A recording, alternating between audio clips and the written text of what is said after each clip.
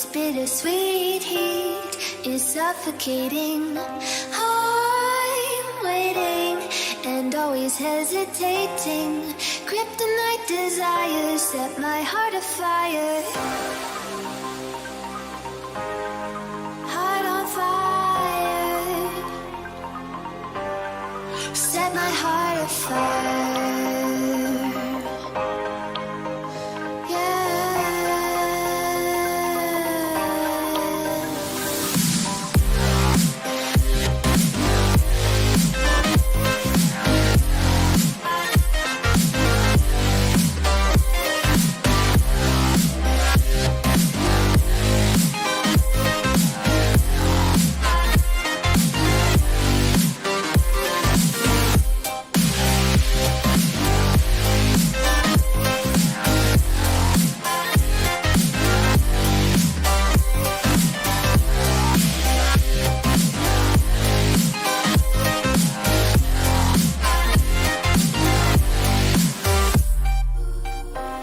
With crimson secrets and forbidden bliss, can't stay still, don't stop that thrill.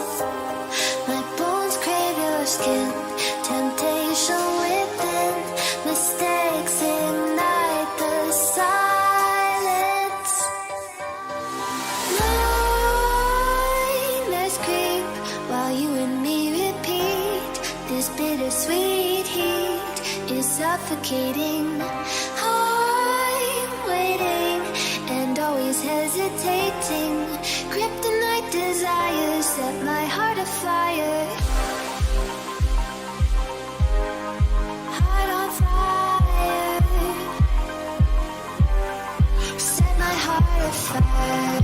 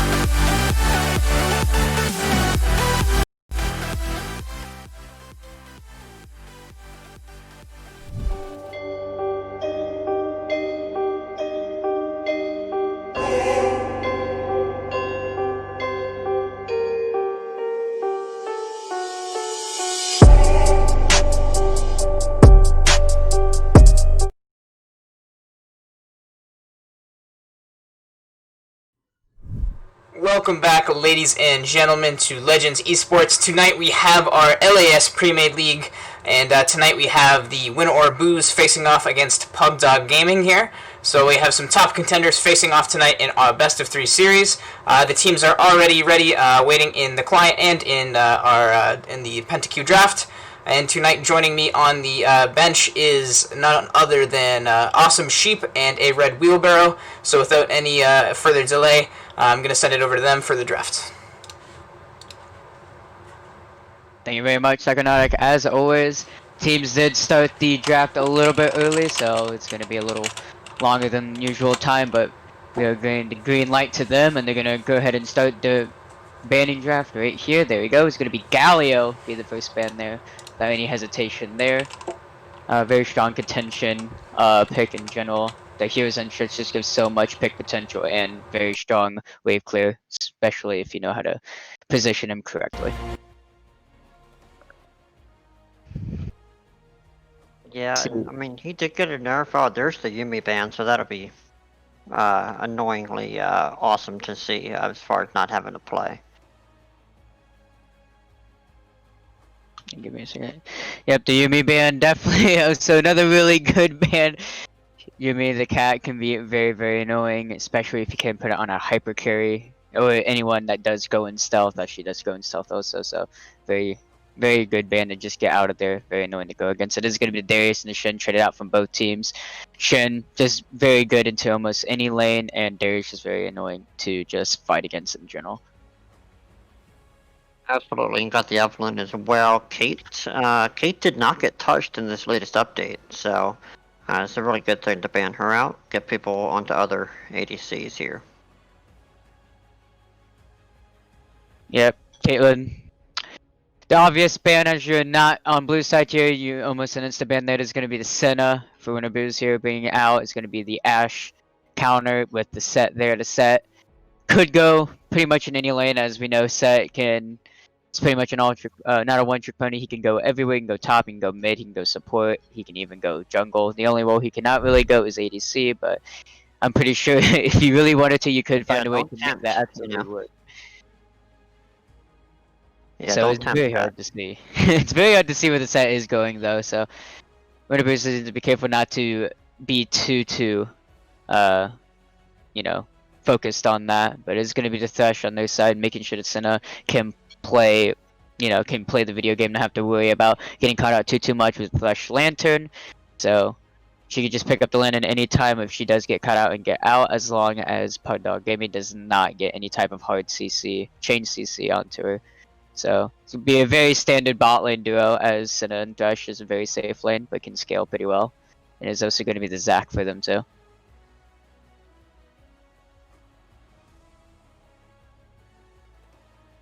See what else we're gonna have here as Pugdog Gaming, seeing what they need to do against this. Very aggressive, I would say, so far for Winter Booze. They do have the Senna, so it's not that very much more aggression. But the Thresh and the Zac does give out a lot of pick potential, especially with Zac's slingshot. It is going to be the Tark coming out, so that is not going to be a set support. It's going to must be set top side somewhere. And Tark making sure that the Ashe can actually stay safe if he does get on by the Thresh and the Zac. But he also does go very well into the set, since he can make sure Set does not end up falling down after the Haymaker is burned. He's going to be going ahead and second phase bans here, and Pugdog Gaming going to immediately take out that Ahri. Yeah, I mean, I was gonna say, as far as like the advantage goes, I'd like the Kindred ban though, for sure. Although I don't know, I don't think they would have brought that into this comp really, but.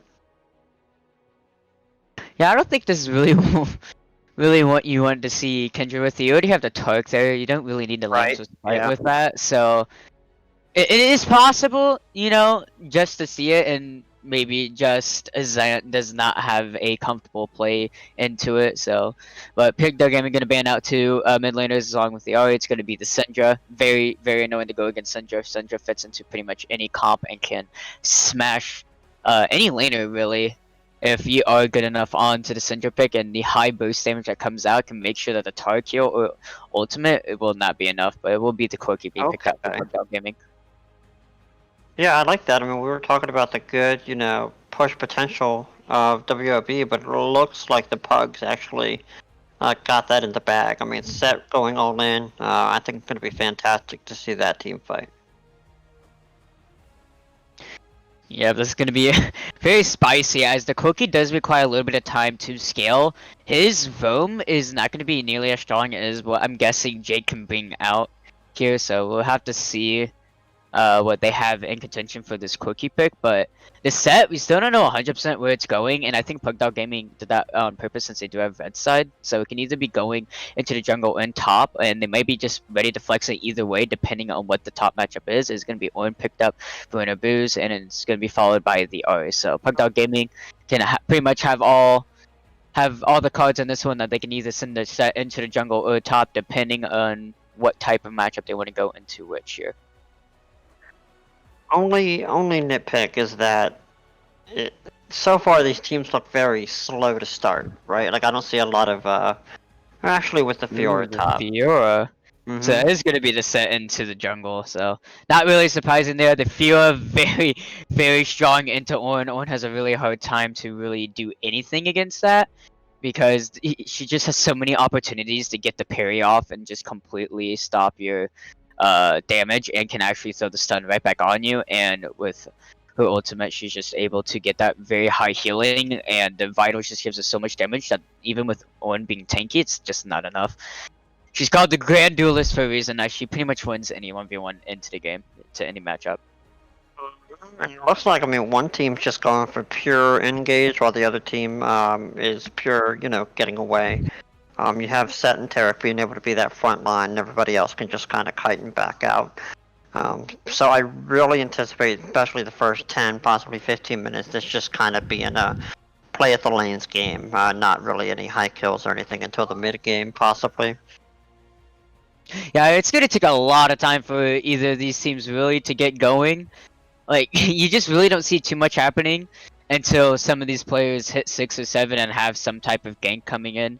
Ash Tark have a lot of contention into the bot lane to get a kill off with the set because of the high CC they have with the Enchanted Crystal plus the stun from Tark. And the Showstopper and the Facebreaker also from set can lock him down too. Corki doesn't really have any CC into Orianna. Orianna has really good kiting potential, so I don't see much being done there besides from the Orianna being able to probably catch out the Corki, but the Corki does have the W and the gap closer to get out of that one. Top side, Fiora can just really bully out this Ornn, and if Fluffy really wanted to, he could just head to the top side and just absolutely steamroll the low health Ornn if Conjured Raven can actually get enough damage out on him. I don't even think you need to get Fluffy up there that many times. Just 1 or 2 successes. I can see Fiora just pushing the entire lane. Not really even needing to be there in the team fight, depending on how beefy the rest of the team gets for PDG. They could pretty much just handle the 4v5, even with Ornn, drastically behind. So. Yeah, that is very true. Winterboos does have a very nasty engage with the Thresh, Orianna, Ornn, and Zac, and you have the Senna in the backline doing constant damage. So Pugdog Gaming does have to be really careful, but they have really good kiting and re-engage capability. So Winterboos does have to be careful not to overcommit in some of these fights, and Pugdog Gaming also needs to be careful not to get picked out by Winterboos' hard engage. We have to see when the game does get started, because this could go either way. This is pretty much whoever can play their comp better, because both these comps can have the ability to win this game, and both teams do have the ability to win this game. I don't think one draft is like overly superior to the other. I say this is pretty even on both sides, as they both have what they want to go up against the other comp. But if I was gonna give any type of favor, I would give it to Pugdog Gaming, just the sheer fact that they have so much kiting capability and they have so much sustain. So if Winterboost cannot lock down to do that damage, which I would say if they are lacking anything in their comp, it's constant DPS. They have really high burst, but their DPS is pretty low. So if they cannot get the constant damage out and just do more damage than Tark, Set, and Fiora can heal off, then you're gonna have a really big issue, as Corki into the later stages of the game can just absolutely delete you. And if you do lose some of your carries, like Jake on the Oriana or Fexi on the Senna, then you're losing pretty much every single part of your damage. And Oriana and Senna can be very squishy, especially in the comp that Pugdog has. So I would give him this. I would give him the slight favor for this one, but this could be either side if they play their comps correctly. Yeah, and I actually think, I think Winter Bears did them a favor actually by banning out that Kindred, because if they were going to have Set be a flex, now they're just even more tanky overall. They don't need that ultimate from Kindred. There's just no backline damage that's coming in from Winter Bears, so I completely agree with the Senna pick here. I don't. I would have probably gone a little bit more higher DPS of a champ, honestly, if you're going to go with such tanky folks around you like this. I honestly think if you wanted to go anything else, I feel like Kaisa would have been perfect into this comp because she can reposition and actually hard engage whenever Winter Boost does. And Pugdog Gaming can't go into the backline if Winter Boost has no backline, and their backline is in the middle of your backline because of the killer instinct that Kaisa has. So Kaisa actually wouldn't have been a horrible idea here. Kaisa also does synergize well with the Thresh and can burst a lot more than Senna can. She does obviously not scale as much as Senna because Senna does have infinite scaling, but the Kaisa does have the ability to get out of fights more than Senna, reposition easier than Senna, and engage harder than Senna. So she does have more of what Winter Boost does want, but if Winter Boost does want more of a backline damage and don't want to worry about the ADC being in the middle of Pugdog's team, then Senna would be the pick here. So I would say it's really 50-50 of where you want to go, but I would prefer the Kaisa so much more than this because it has a lot more consistency of what you want. Honestly, just with the Senna there, like if you're gonna go with that Senna, you need that DPS elsewhere. So like, just looking at the other team, that Fiora top, right, is fantastic. So just getting a little bit more of an 80 damage output, making them have to look into buying armor. You don't really have that with this team. I'm assuming the Senna is going to be a going with the slow as far as her summoners. So it's just going to be a traditional build for her. I don't see it really being a high 80 output. So. Yep, that is very much true. They are lacking a lot of in the damage department, especially because of that. Obviously, Kaisa also has more of the DPS than Senna does. But a lot of people just aren't comfortable playing Senna into this current meta, so it's understandable. It's more of a safer pick, and you're guaranteed to scale over than the Kaisa, but it really depends on what you want to play and what you're comfortable to play. I do think this Kaisa was better into this one, but if Rexy was not comfortable and is more comfortable playing Senna, that is totally fine. We would just have to see if he can pull this off in the next 40 seconds, as spectator delay would be down. If anyone who was watching cares, Ashe did get nerfed a whole whopping several AD. So, she's still extremely dangerous. So that's going to be fun to watch. I think her kite is just, or not her kite, I'm sorry, her kit is just absolutely insane. Just the hawk shot across the map, being able to show folks where everyone is, her stuns, her slows, everything about her going into this team. Just getting some armor pen against Zac and Ornn. I think this is pretty much their game to lose. I'd be really surprised to see them fall behind in any fashion, really. Yep. Spectators down though, we're about to head into loading screen. We get to see the runes and summoners that these people are going to be taking, see if there's anything going to catch our eyes here, wheelbarrow, as we see if there's any exotic rune choices here. Yeah, pretty standard Glacier Augment, like I mentioned, across the board with Senna. I do like the Aftershock with Zac. Yeah, nothing too crazy. I would say the only thing that really catches my eye in this one would be the Oriana taking Electrocute instead of the Phase Rush or the Area here. So she's definitely going for more of that lane priority and bursting down this Corki in the early stages in the game, as Corki does have a really hard time doing what he needs to do in the early stages before he gets the Triforce and sometimes before he gets the Silk Shoes. So he does have a very hard time doing really anything, and Oriana is just an absolute lane bully, and you're putting that together with Electrocute, you're just gonna absolutely just be able to put down this Corki in his place and just make sure he does not get to play the game. Absolutely, and don't forget we're gonna have pause for basically 5 seconds at the start of this. Pause at 5 seconds to the game if the timer actually wants to move up to 5 seconds. Yeah, it's been doing this little catch-up thing when it loads.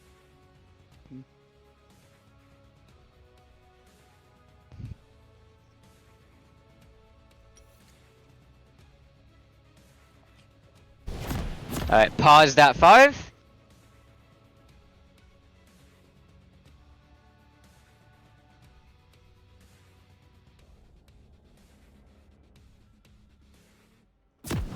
Alright, here we go. Pug Dog Gaming versus Win or Booze. We'll see how this one is going to go out.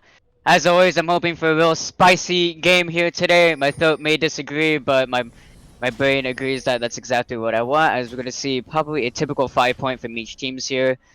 And it looks like they're not going to opt for the Thresh invade here, which don't blame entirely. Both teams do have a good level 1 in general. And I would say maybe even Pug Dog might have a little bit more of a better level 1 just due to the fact that the Fiora is such a good duelist in general, no matter what stage in the game. So they have to be a little careful there. Yeah, one condition is entirely, for Winter Booze, is entirely through Jake and that Orianna. You need to control that lane, you need to get her ahead, and get her a whole item or two up towards that mid or late game. That way they can actually have some of that damage with her ball going into the back line there. I really feel that is the win condition for them specifically. Yep. The shockwave will be really strong if Jake can land it correctly with Zan's slingshot, but we'll have to see if that is what is going to happen in this game. It's really, like I said, up to if he can play a comp correctly. If the other team can play it better than the other, then that team should be the victor here.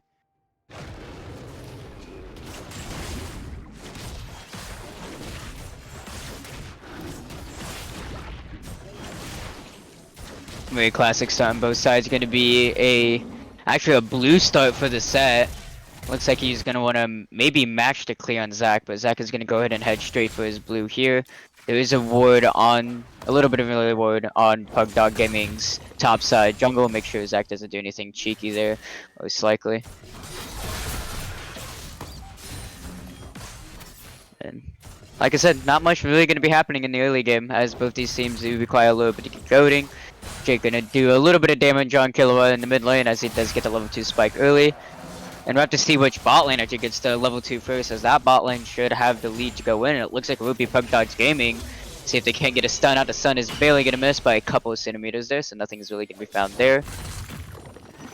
Yeah, nothing too special. I would say for starting items though, Corky did go with a corrupting potion to really battle against the actual summoner spells that Orianna came with. That's really the only drastic thing I see. Yeah, definitely.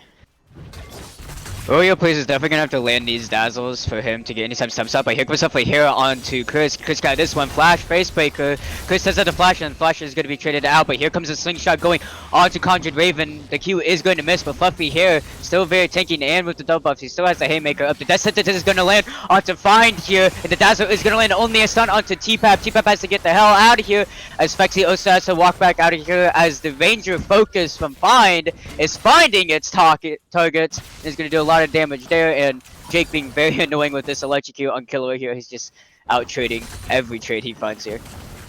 Yep. Oh, here we go. Chasing down the. Oh. It's gonna be fight here. Spike going out. Zane does pick that one up. Fluffy is still up. The haymaker is gonna use it. Jake taking a lot of damage here. He's gonna put a shield on himself. Fluffy here, no flash, and first supply goes over to Jake, and Killua has to get the hell out of town on this one. He's gonna use the flash there, but Jake does have double buffs to slow. 2 more autos will be enough to flash, and the Q is going to land, but the tower will give the kill over to Killua, as Jake overextends a little too far in that one, and he gets heavily punished there. But the death sentence is also going to land. Oh yeah, please, nothing's really going to be found there. The root is going to land there. Find has to find his targets there, as T-Pap is walking up maybe for a play, but going to walk out of that one. Really good fight mid there. I'm glad it went to Jake. I wish he would have gotten that second kill before falling to that tower. But then again, the gold difference would have been a little bit better there for Killia. So, Orin is... I don't see this matchup up top. Oh, okay. The parry actually does not land here. He does use it onto the brittle effect there though, so he does not get displaced. Parry, the autos are gonna land onto those vitals there, and Conjured Raven doing a lot of damage, but taking even more damage as he's just eating those minion waves. But he does have the mono lead over on Chris here, and he does have more of the sustain. But Chris, obviously on the one here, he can use his passive to build himself up a little bit of an item lead here, and that's what's gonna keep him alive in this lane. Yeah, you almost made me eat my words. I just did not see it going that hot. Oh. Parry's going to miss, but we'll pick up the cannon there, so not absolutely useless there. Make sure he secures that one. And Jake is actually here with the level lead on, sorry, Kilo is here with the level lead on Jake, but Jake is going to get the level 5 there, but Kilo has a lot more minions in his lane than Jake does, so he actually does somehow have an XP lead. Probably for that kill trade that did end up going over. And Fluffy are going to be spotted on the bot side wood there, he's going to walk out, and Conjured Raven still very low into this lane. Bot lane is pretty even though, CS even, everything across the board, but as you saw in that first fight they tried to get into, the Ashe can just come right away, come right back with high DPS, and Senna can't do anything back, so...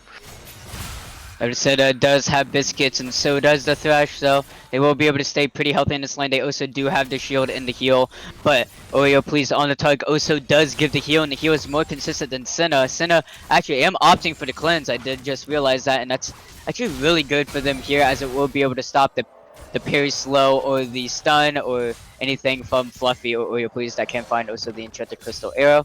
But there's a lot of disables that cannot be stopped, like the knockup from Showstopper from Fluffy here, so let's hope he doesn't get that one a little confused and actually use that there.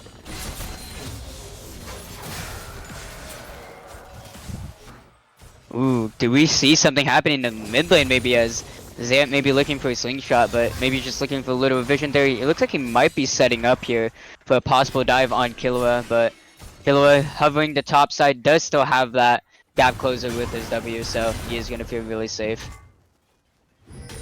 It looks like he's making a play towards bot, but he's going to pick up that control ward. Or maybe not. Okay, there we go. There you go. Yeah.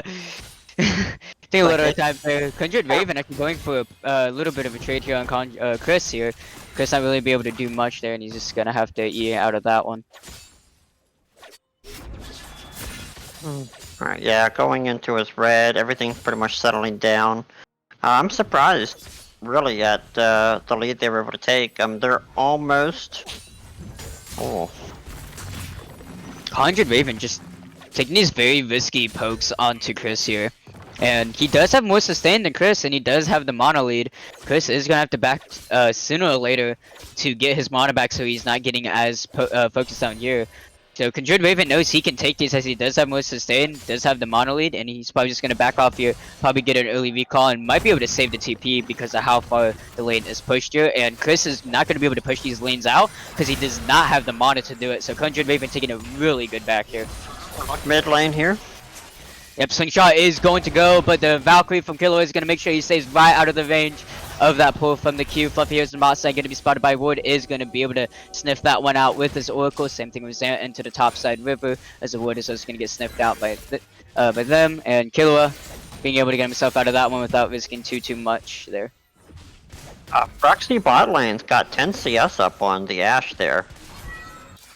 I was actually kind of surprised. I expected Oreo Please to be a little more aggressive in this lane. If he does get hooked, there's not really much Senna can do. Like, yeah, she can like hard CCU, but Oreo Please can just throw the dazzle out and just constantly heal with the passive he has. Like, right. He does have the mana to spare, as he is full mana. Find is having a little issues with this mana, as he's constantly throwing out the ranger focus and the volleys to try to get as much damage out on Phexy and T-Bab, but not really be able to find much there. But it is going to be a Cutlass on the first back 4 find there, so he's going to come back relatively, you know, comfortable there, as he is going to have the damage, and the Life Serious is going to pick up 2 daggers there.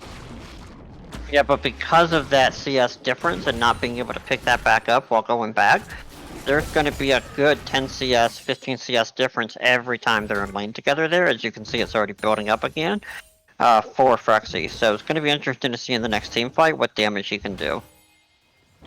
Yeah, Bexley definitely does scale a lot more. Ooh, we're gonna see the E onto Conjured Raven, but Chris not even gonna go for the Flame Breath there, as he just does not want to get parried or any type of good trade there. That's what he needs to do. He needs to take those fast trades onto Conjured Raven here. He will not land long extended ones. T-Bats, be careful here. Dazzle is gonna land, but here is Jake. The Death Sentence will land. Open enough, the box is gonna go out. The Cosmic Radiance will keep them healthy. Tentacle Sail is gonna find a T-Bap. TP coming out of Conjured Raven. Jake is gonna find there. Showstopper is gonna go out. Flexi is out slowed. He's gonna burn the cleanse here, but it's not gonna be enough. Parry to make sure he doesn't get out of that. With Dazzle Flash will be enough. Yes, it will. Jake will find stun there, but it will not be enough, as the slingshot is gonna be able to find a kill for Jake onto Oyo. Please, Flash, let's bounce, but no one is gonna be called there, as he does TP down. Conjured Raven's gonna be really careful here. The Haymaker gonna come out to make sure Fluffy here gets the hell out of this one. Shooting shot is going to land, and Zant is gonna be able to pick up that one.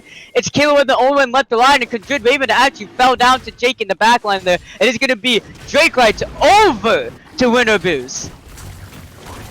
Yeah, and for anyone not truly paying attention there, Jake got an unofficial triple right there. Just people raising up that fight. It was amazing. He's now dramatically ahead. But also, look at that top lane. I was saying everything should really go through Fiora and being split pushing. She is almost 30 full CS ahead, but she really has not been able to take advantage of that. So it'll be interesting to see if she can really turn that around. Looked like Pugdog Gamer was actually going to win that one, as Conjured Raven does get the TP out way before Chris does, but they're just not able to find the damage, because when Conjured Raven TP'd, Pugdogs were already in a bad fight. With this TP, they were able to find a little bit there, but not enough, as Chris does end up getting the TP down there, and does sound the Ornhorn, and was able to get a lot of CC out and be able to pick a couple kills. Jake also being able to get the hell out of that one and picking up also a kill on Conjured Raven, giving a little breathing room to Chris, as he also does pick up 2 assists there. He does have the Bramble Vest, so Conjured Raven's sustain is going to be a little cut down during fights there. So overall, really good by Winner Boost there, as Pugdog Gaming just look at they getting just a little too focused on some of those champions there, as they look too much onto Jake there and just end up falling for it. Absolutely. They're going against everything that I complained about. I thought that they were extremely slow to start, but no, they've done everything on track, and they're well in the lead here. 2k gold up completely. Not even 12 minutes into the game. Like I said, Trevor can play the comp better, and so far it looks like Win or Boost are playing theirs better. They're going for this hard engage, and Pugdog Gaming not being able to find those re-engage that they need, or the picks that they need. And overall, Winner Boost having very strong. But oh wait, the parry is going to land on Chris. The stun is going to go out. A lot of vitals being landed, and you may have Bramble, Chris, but still Conjured Raven with the Conqueror plus the parry stun will be able to find a lot of damage there. Recall is going to be coming out by Fluffy here. He does have the Hextech Flash, though. He may be looking for something. He's actually going to cancel it, and he might find Zant here, and he is gonna find him here. Zant has to be a little careful here. He's going to use the weak shot, but it's going to be canceled here by the face breaker. Conjured Raven is on his way. Chilling Spike to make sure he can find anything. Let's Bounce is going to go out from Zant. Make sure he gets out of that one, and that is going to be an ult in favor of Pugdog Gaming. So not too much there, but something a little that could help them if they can't find anything in about 20-30 seconds when that ult is still on CD. Yeah, and I'm wondering when, I can't see it here, but, oh yeah, there we go. Jake, a full item and a half up when it comes to the lead over Killia. Yeah, he definitely does have a huge lead over. He does actually have the CS lead plus the kill and assist lead here. So he is going to have overwhelming pressure. Obviously the electrocute is so big, but oh, they're going to be spotted on the wood here. So it's going to be a 4-man gank up to the top side. Jake does have the shockwave. No, let's bounce. The slingshot is going to be used. The parry is there. Parry's going to use. It's not going to fight Vexy. The death sentence lands, and T-Pad says, get over here, as he picks up that for Jake there. But Fine has to get the hell out of here. Chris does land a knock up. The brittle is not going to be used there. It's not. No displacement there, but really, really good collapse from Winner Boost as they do find the Pugdog Gaming top lane. They're a little out of position. Yeah, they committed to that. Oh, look at this. Ooh, another knock up there. The Flame Breath is going to be there. The Brittle. Donut is going to be silent. Trender Crystal Ale is there. He's not going to use it to cancel. He does have heal. He is going to use it. Trender Crystal Ale is going to go out. Chris going to try to get the kill here, but he's not going to be able to find it, but he does get the heal. out of Find there, but he needs to be careful as Fluffy here and Oreo please are looking for something onto the bot side. He is maybe gonna spot it here and he is gonna back up on his tower, but Find very, very close to dying there as he needs to be a little more careful. He doesn't really have any mana left. He doesn't have enough of spells besides Hawk Shot, since it does not require mana, and he's about half HP. He is going to take a reset here, and he might get canceled by Chris here, because there's a wood there. Shelling into the top side will destroy that first turret, and Taker was not able to get those flanks, but we had mid-lane, the Dazzling Zone land, the Valkyrie is there, the Showstopper, the Cosmic Radiance to make sure Fluffy stays healthy, the 3-man Shockwave will find, but it won't be the Flash Haymaker to get the shutdown over the Fluffy as he gets 800 gold adventure, and Conjured Raven up to the top side. Shelly will hit it, but Conjured Raven will be able to find that one, but he has to be careful for this dive here, and it is possible. Zant still does have the passive there, and the tower is going to fall there, and Conjured Raven knows his team is here, and he is going to walk up here, and it looks like the trio from Winter Boost is just going to walk out of this one really happy getting those 2 towers there. Yeah, Jake, even in his death, actually carried that entire thing, because realistically, they went all in trying to get that gold, and yet, you know, Winter Boost got 2 towers for that top. So even in his death, I think ultimately that was just a huge win. So I'm not really upset that he dropped there. He is still very ahead. He does give 800 gold over to Fluffy here onto the set, but that's not nothing you need to be too afraid of. It's not on the Corki, it's not on the Ash, and they actually do give up the rights to the Drakes there, as they are Pugdog Gaming gonna find that back timing there. And ooh, wait, Jake looks for something. Conjured Raven, here comes Chris T-Bab. Can the Death Sentence find its target? He will throw the Flash Blade, but he is going to be parried out. The Death Sentence thrown out, barely missing by a couple millimeters there, and it looks like Conjured Raven going to be able to get out of that without using his Flash, and he does get the Flash out of T-Bab there.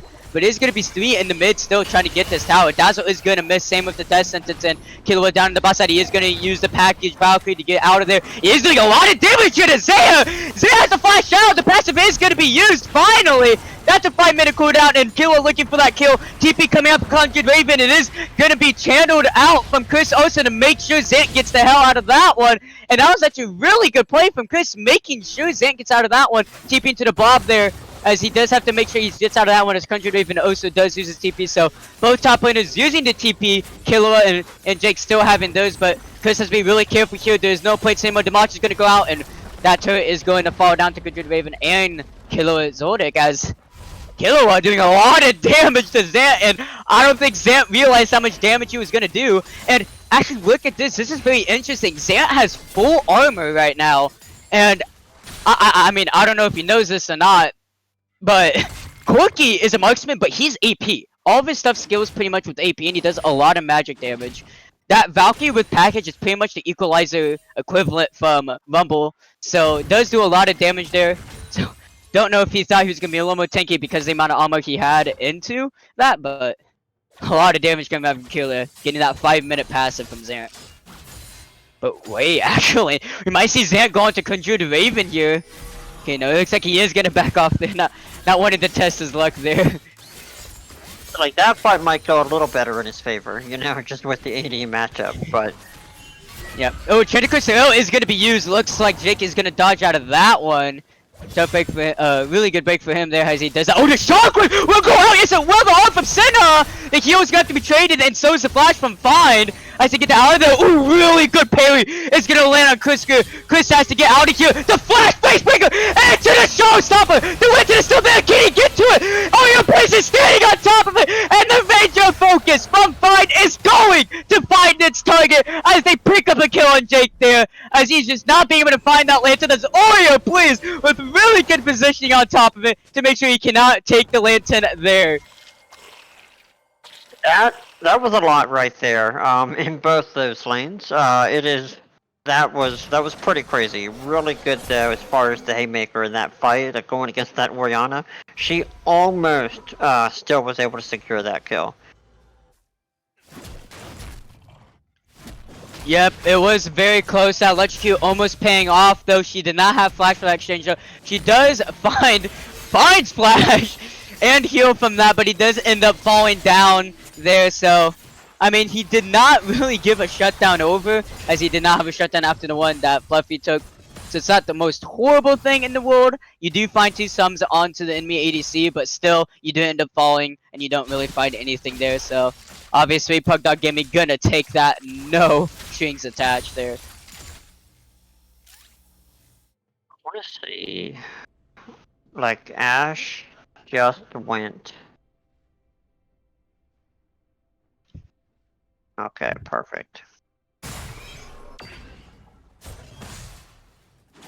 With little CS tech here, Fexy is still really far up over Find here, but Find is gonna look like he is closing the gap a little bit here as it does switch to mid lane, and he is pretty strong at this point as he does have the board kick, because have to be very careful against Conjured Raven as he will lose this matchup against Conjured Raven as pretty much any side laner will against Fiora. Fiora is just so strong.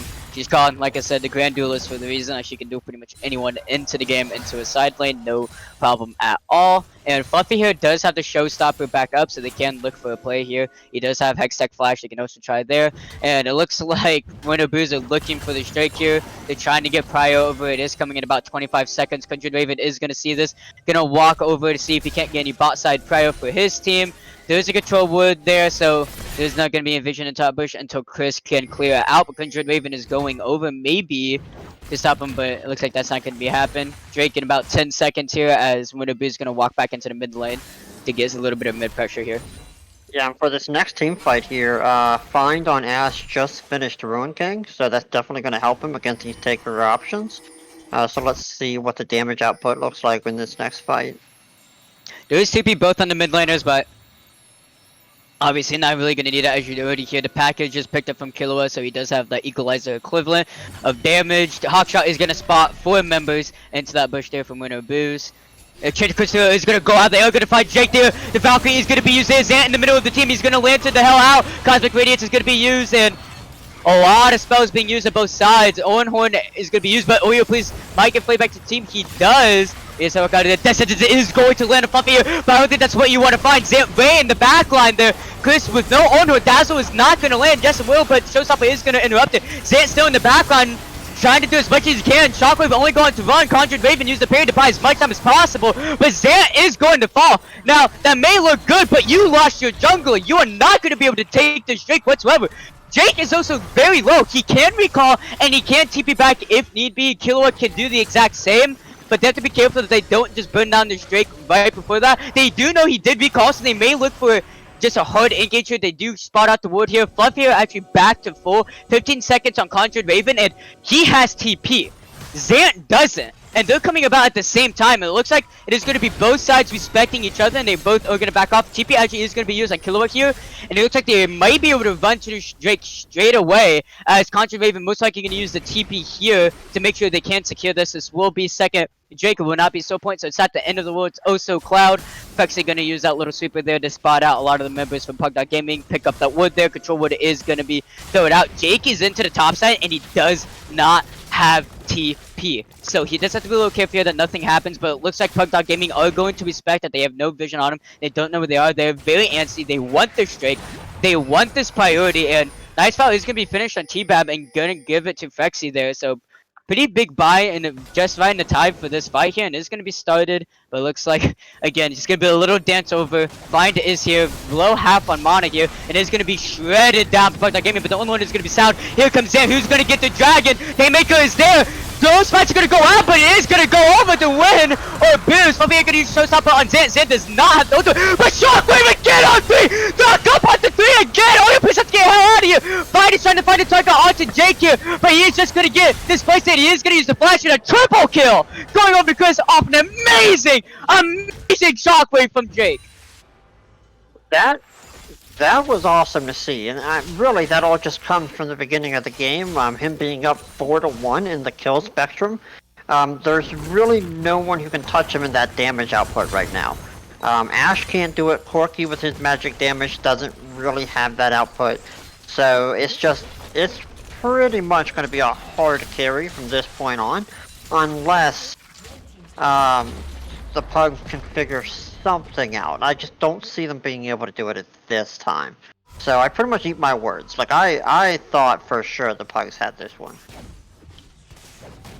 Yeah, the Pugs definitely not respecting the Uri shockwave there. They tried to burn down the Drake, but the Ornhorn was up again from its low cooldown from Chris and was just able to split that fight into two, which is exactly what Winter Booze wants against that comp, because Pug Dog has a really good re-engage comp, but you can't re-engage when you have like two fights going on at once. You split in half. You can't re-engage, and you cannot, coordinate for re-engage when you're split like that. And that's exactly what Winter Boost wants, because they just want a 5-man engage, split you up, and just win off that. If they don't give you a chance to re-engage there, then they just win the fight there. And really good smite coming out. Well, not even a really good smite coming from Xant or Fluffy here. They both miss it. Looks like Fluffy here smited first, and Xant actually hit the smite on the dragon, but it actually went over on Fluffy here since he was right on top of it. So it actually would have been a good smite if he did position his mouse a little better, but he does end up picking it up nonetheless for his team there. So he does end up getting it anyway, so not like it really matters. But what really solidified that fight was Jake and Chris getting that wombo combo onto 3 members, both knocking up 3 members twice.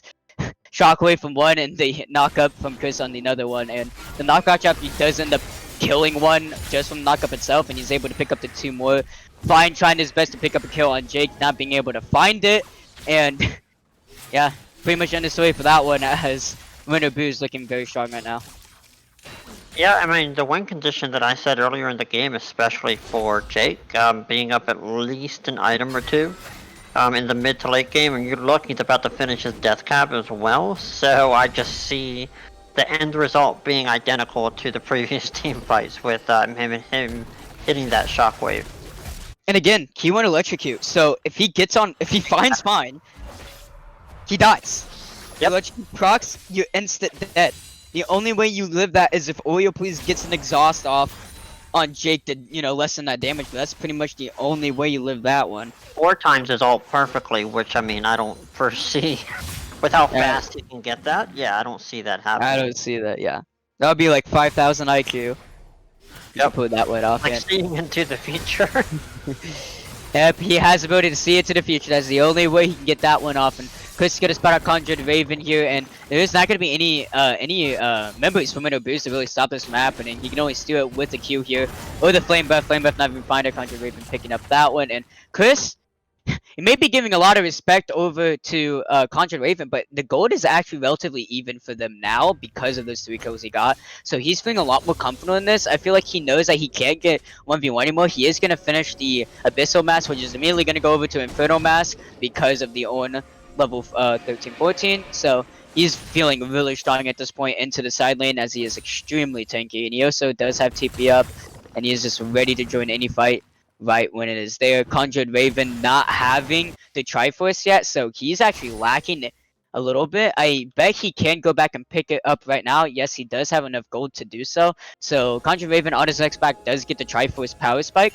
So once he gets that, he may be able to do something against Chris, but Chris is just so tanky that he may be able to win trades against him, but I doubt you're going to be able to find a solo kill. And he does not need health to TP into a fight and use his Ornhorn and just get multiple knockups like he did in the last fight. Yeah, and one thing to point out, if you look at the actual vision score, TPAB has 57 compared to Oreo's 35. So it just goes to show the amount of, Oracle Lens drops he's actually doing in clearing with his control wars. He has 2 right now. They are pretty much controlling the map entirely. Yeah, they definitely have a lot more vision around the map than the enemy team here. Top is going to be equaled, and Kalo are actually sitting on 2 woods right now. He needs to start using those woods up, as he is bleeding a lot of vision here. 16 visions go over to Jake, and Jake actually does it. Yeah, he actually did opt for the Fair Sight trinket, so he does have the blue wood here. It looks like top lane is going to be the only one that's going to have a regular trinket there, as the jungle also went for the Oracle Lens, as he should. So he's going to make sure that he can spot out any type of collapse from long distance away, make sure he does not give the shutdown over, and Chris also needs to make sure he doesn't give his shutdown over, but really hard to die as an owner in one of these fights, and if you do end up dying, your team most likely wins the fight anyway, so it would be a good trade nonetheless. But Drake is coming up in 10 seconds, and to see if this one's as explosive as the last. I'm wondering when we're going to start seeing an armor pen item come in for Ashe. Hopefully that's the next piece of this, because I don't see Seth Yeah, Seth's going full tank, so is Fioria. So hopefully Ash can pick up something to help go against the Zac and the Orange soon. She is recalling with 2k gold, so she can pick up a Last Whisper here if she wants. I feel like that's what she does. No, she's actually gonna go for the BF sword here. I mean, in my opinion, the Last Whisper is just gonna do so much more. I do understand the IE though. Maybe just want to do more damage on the squishy targets. Not looking for any of those tanky, but looks like WinnerBoo's gonna pick up this one as Pugdog Gaming gonna receive that news very late. As they're gonna go for Jake here. Jake is gonna have to burn the flash as the dazzle on the Facebreaker is gonna be dodged there, and they are gonna pick up the Drake, but they are gonna get the flash off of Jake here, and they're gonna most likely win the rights to this top tower. You know, they're not. Is gonna be immediate roam coming out from Xayah and T-Pab here to make sure that tower does not fall. I mean, that Seraph's Embrace protects a lot as far as that shield goes off, and she had to shoot that off in order to get away. Ooh, T-Pab lands a Death Sentence to Fluffy here. I don't know if that's exactly what you want to find. He is very tanky here. Can he get the hell out of this one? He does have the Haymaker and the Flash. He is going to flash right out of that one, but it's going to be Ignite also going onto him, so he does get something. And Chris actually flashed down into that bot engagement. So, actually, that was worth for Pugdog Gaming, because Fluffy here has the Hex Flash. So, losing Flash isn't extremely detrimental as it normally would. So, WinnerBoo's looking like they could find something there, but they don't find as much as they probably wanted, as Chris burns his Flash, T-Pab burns his Ignite, and Fluffy here does to burn the Flash, but he has Hex Flash. So, not really that bad for him. So, definitely small victories for Pugdog Gaming that they want to find here. Exactly. I don't know if it was because they saw everybody up there fighting that they thought they had to as well, but Chris really was out of his element. He had to flash out. So yeah, I completely agree. Pug there did get a win overall. Yep, oh, Conjured Raven on the behind from Chris. He did hit level 16, so he does have that little power spike. But he does have to watch out for the vitals here. The Grand Challenge is going to go out. The R coming out from the center. But Chris, he's taking so much damage. TP is going to be used by both mid laners as Chris is so low. No package for Killer here. And he's also not level 16, so Jake also does have that power spike a little over. But it is going to be Baron started for the side of Pugdog Gaming. Do they have enough damage here? They do not have the core kit, but they do have the Ranger focus from fun. TP is going to be used by Conjured Raven. This could be some of the defense they need to burn this down. But will they find it? Killer does not have the TP, but he does have the package, so he is running straight to that fight here. TP is going to be used by Chris here. The swing shot is going to be used. Cosmic Minions also going to be used. The Showstopper is still up. The Dazzle is going to hit two. The Order is going to be shot and is going to be hit two members of him. Making up the package in the back line.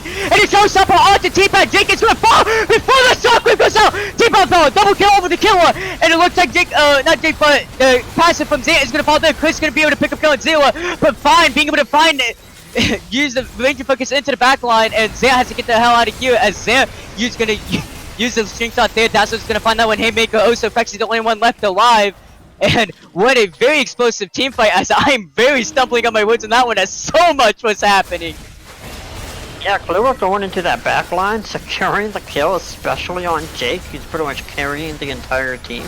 Fexy isn't done. No. It looks like he's still gonna go for this. Fluffy here is very low, and they have to find something here. The Dazzle is going to land, but the Clinch is going to be used here. The Root is going to find out to two. Oh, please let's get out of the Haymaker is going to land, and Fexy is going to fall down here as finds this target there, and it's going to be Baron started up again, and T-Pab walking straight there again, but there is no TPs. Find still 4 HP, and Oreo please just constantly throwing out their shields, and here comes T-Pab. He is going to stop it there as they did not want to risk it. They tried, respect to them, but they do find Fexy. And I'm just, wow, a lot happening. Yeah, now I think they really need to kind of take a step back, regroup, and work on the Cloud Drake that's coming up in the next minute. Because right now it is Soul for WinnerBoo's, so I would really just focus on that. Hopefully they take a step back. I want to see what Ashe did with... yeah, Ashe did get the Infinity Edge, and if you see, it looks like she is not. No, she's not going for the last race, but oh, maybe she's thinking. She did pick up the longsword. There we go! Yeah. There we go! The last whisper is going to pick up there. Fluffy are going to find Jake here, or Jake is going to find Fluffy. He is not going to land, but the Death Sentence is going to land on that one. The Haymaker is going to be used. Ignite. Also, the R from center is not going to land, but Jake is gonna find that one, even though he missed the shockwave. Conjured Raven is here. The slingshot is gonna be there. It is gonna be parried out. Flash coming up. Conjured Raven, make sure he gets out of that one. Chilling Spike to make sure he can follow on Conjured Raven. Destin is not gonna land just because Jake picks up the kill there. And even though he misses the shockwave, a little bit of a sad B emote coming out from him, he does pick up 2 kills there and win the rights to Jake once again. And this will be Soul. Exactly what I was talking about. You need to regroup, take a step back, prepare for this Soul Drake. I feel, with Ashe, we saw her sell and then re-go with the Last Whisper, so I feel like that maybe contributed, but it looks like they're giving up the Soul for this top tower. Yep. Chris does have to be a little careful here. The Last Whisper is on fine now. Also, Corky just does so much damage if you just allow too much damage to go out. Oyo please out of position here, and it looks like Zan is going to capitalize on that, and Jitkuso is going to land, but Jake is on a killing spree, and they are not done as they're going to try to look for a find here, and I don't think you'll be able to follow up on this Ashe. The volleys are too strong, and Zan has a slingshot over the wall, gonna pick up with his Gauntlet, a little bit of health there, and not gonna be able to find much there. But Oyo, please, really poor positioning there, does end up being the death of him, so definitely not what you want to see for Pugdog Gaming. So, 3 10% ultimate cooldown Cloud Drakes. Yep, 30%, plus if you have 40%, that's 70% in total, so very strong. Also, the 10% movement speed buff just from the Soul, plus the 50% movement speed when you activate the ult. Gonna be really good, especially for Jake. Gonna help him kite around, and Zant too, as he's gonna be able to let's bounce all over the enemy team there. So definitely what he wants to see too. Yeah, and I'm really excited, especially just kind of seeing where this is gonna head. Going into even game 2, if the draft phase will be even different, because I truly felt this was over at draft. So I was really surprised, and this is just really exciting. Yeah, but definitely have all eyes on Jake. He did fall down in the last team fight, and I feel like actually Winter Boost actually would have won that team fight if his shockwave went off, because the shockwave was in the middle of the animation, but he did end up dying just before it did fully go off. So if that actually goes off, they might actually win the fight there. So a little bit of unfortunate, timing for Jake, but Pugdog Gaming will take that no strings attached, and Conjured Raven back down the spot side against Chris, as Chris just does not care about Conjured Raven anymore. He still has to watch out a little bit, but he's just so tanky at this point of the game. Tarek just put a ward up by the rift, and it's great where that placement is, because it is not spotted out by that control ward at all. So they'll have that vision if they ever go up there to try to take it. Yeah, the vision is an important part of this game. Information warfare is so big. You want to make sure you get all of the information you possibly can get, as it can save your life or even win you the game. And T-Pap and Zant walking up top side, and Killua, he is going to spot him out there as they walk into the vision of war. No package here to get the fast Valkyrie out, and there's TP from Conjured Raven. Amazing death sentence. I don't even think you need to use the R from Jake, and actually he's going to be R from Fexy to make sure, but no shockwave is going to be used, and looks like they do want to start up this Baron here, and there's going to be 3 members of Pugdog Gaming going to the mid lane to see if they can't find anything. Chris does have to respect this a lot. Respect Conjured Raven a lot, as he's going to be able to pick up this tower. It's going to be 2 towers in a matter of seconds, and it looks like Pugdog Gaming may be looking for a contest here, as Fluffy is still alive with the smite. He does have the flash and the showstopper, but it is going to go over to Winter Boost here, as Chris is going to be really happy about that one, as he can do a little more anti-siege here. And the swing shot is going to be used. He's not going to be able to find Fluffy here. He's just casually slide steps out of that one, and it will be 5 alive with Baron for Winter Boost, as they're going to try to siege down in the mid lane. Yeah, this is great. We have about 240 for the Elder Drake, so we're going to be able to see what they can push on with this Baron. I pretty much think it's just a holding game now. They need to defend, don't do anything flashy, wait for this to go out. You know what is here with the package? Fluffy is in the back on Showstopper. He is here! He followed Fexy! He is gonna flash out of that one. Dazzle is not going to land. Chip Crystal Arrow is gonna go on to T-Pap here. Cosmic Spear is gonna be used to get the hell out of that one. With the Shockwave is gonna be flashed out from Oyo, please. And Killua has to get out of it, but the Slingshot is gonna be used, and Killua is gonna be followed on that one. Haymaker is up. He is gonna be using that one, but it looks like he is gonna fall down. Find is gonna fall too, as he's gonna be found out by the enemy team there, and just an explosive fight. It looked really spicy for Pugdog Gaming with that flank, but it was not enough as Widow Boots just absolutely counter-engaged the counter-engaged comp, and they will take up the first game in the series. Shockwave's going into the death sentence too! Are they going to be able to take this one? Chris just taking that Fountain Laser, not giving really any cares in the world, but they will finally end the game, not being able to pick up the extra KDA, but they will find game 1 of this series. Yeah, I literally he just said, please don't do anything flashy. Just hold on till the end and let that wear out. But no, they went all in, and it just did not work out for them there. It was definitely a very, very good try for Pugdog Gaming. I did like the flank, but just Frexy being able to get out of that one. He did have the cleanse, he did have the flash. He instantly flashed out without any more chain CC coming out. Find could not, I guess, have the reflexes fast enough to hit the Gen Crystal Arrow onto Find, or onto Frexy, my bad, and it looks like no follow-up CC was be able to find from Fluffy Hair Facebreaker or any type of stun from the Dazzle, so Frexy does get out of that one alive, but even if you do find Frexy there, that is not exactly who you want to find. You want to find Jake in that one, as Jake was just show strong at that point. He did have the Banshee's Veil. He also does have the Rabadon's Death Cap upgraded from the Ornament, so he is doing a lot of damage there. The Electrocute also being able to make sure he can pop anyone. The Shockwave was flashed by Find and Oreo Please in that last fight, so doesn't find anything but a couple summoners, but those couple summoners is all you need. And basically, you don't need a Shockwave to do damage at this point in the game, as you're just so damn strong without it anyway. It's just there as a little extra consolation prize, just in case we were to make any type of 4 or 5 man plays. He didn't really need it, as he just did so much damage without it anyway. Yeah, I don't even think there needs to be a vote for player of the game at all.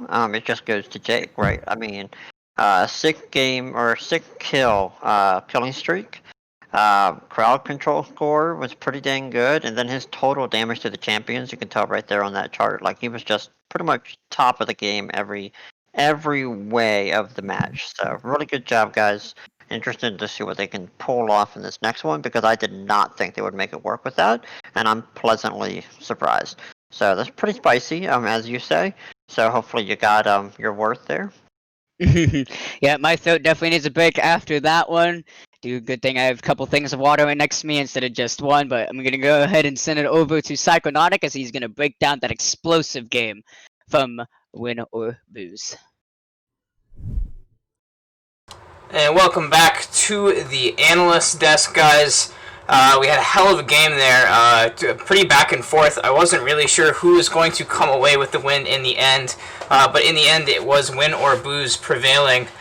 They got off to a really, really strong start with some really great rotations, some really well-executed macro decisions early on to the game, deciding to send their bot lane top lane. They were able to get that 4-man gank early, as well as a pretty early bot lane skirmish, able to snowball their bot lane, able to snowball pretty much the map pretty early on. And while Pugdog did a good job of keeping it close the entire time, that initial advantage secured them some early Drakes, turned into a pretty easy Cloud Soul, and then later on a pretty key pick onto the Corki, translated into a Baron, and after that Baron was secured, there was not much they could really do. Just running it, legitimately running it down mid, and pretty much an unstoppable force, as even a Pugdog initiation looked pretty good. The sustain and utility coming out from the Winner Booze composition was just a little too much. A great job from them, but so congratulations to Winner Booze on their first game victory. Anyways, guys, we're going to take a short little break, and we will be back with your player of the game and game number 2 in 5 minutes.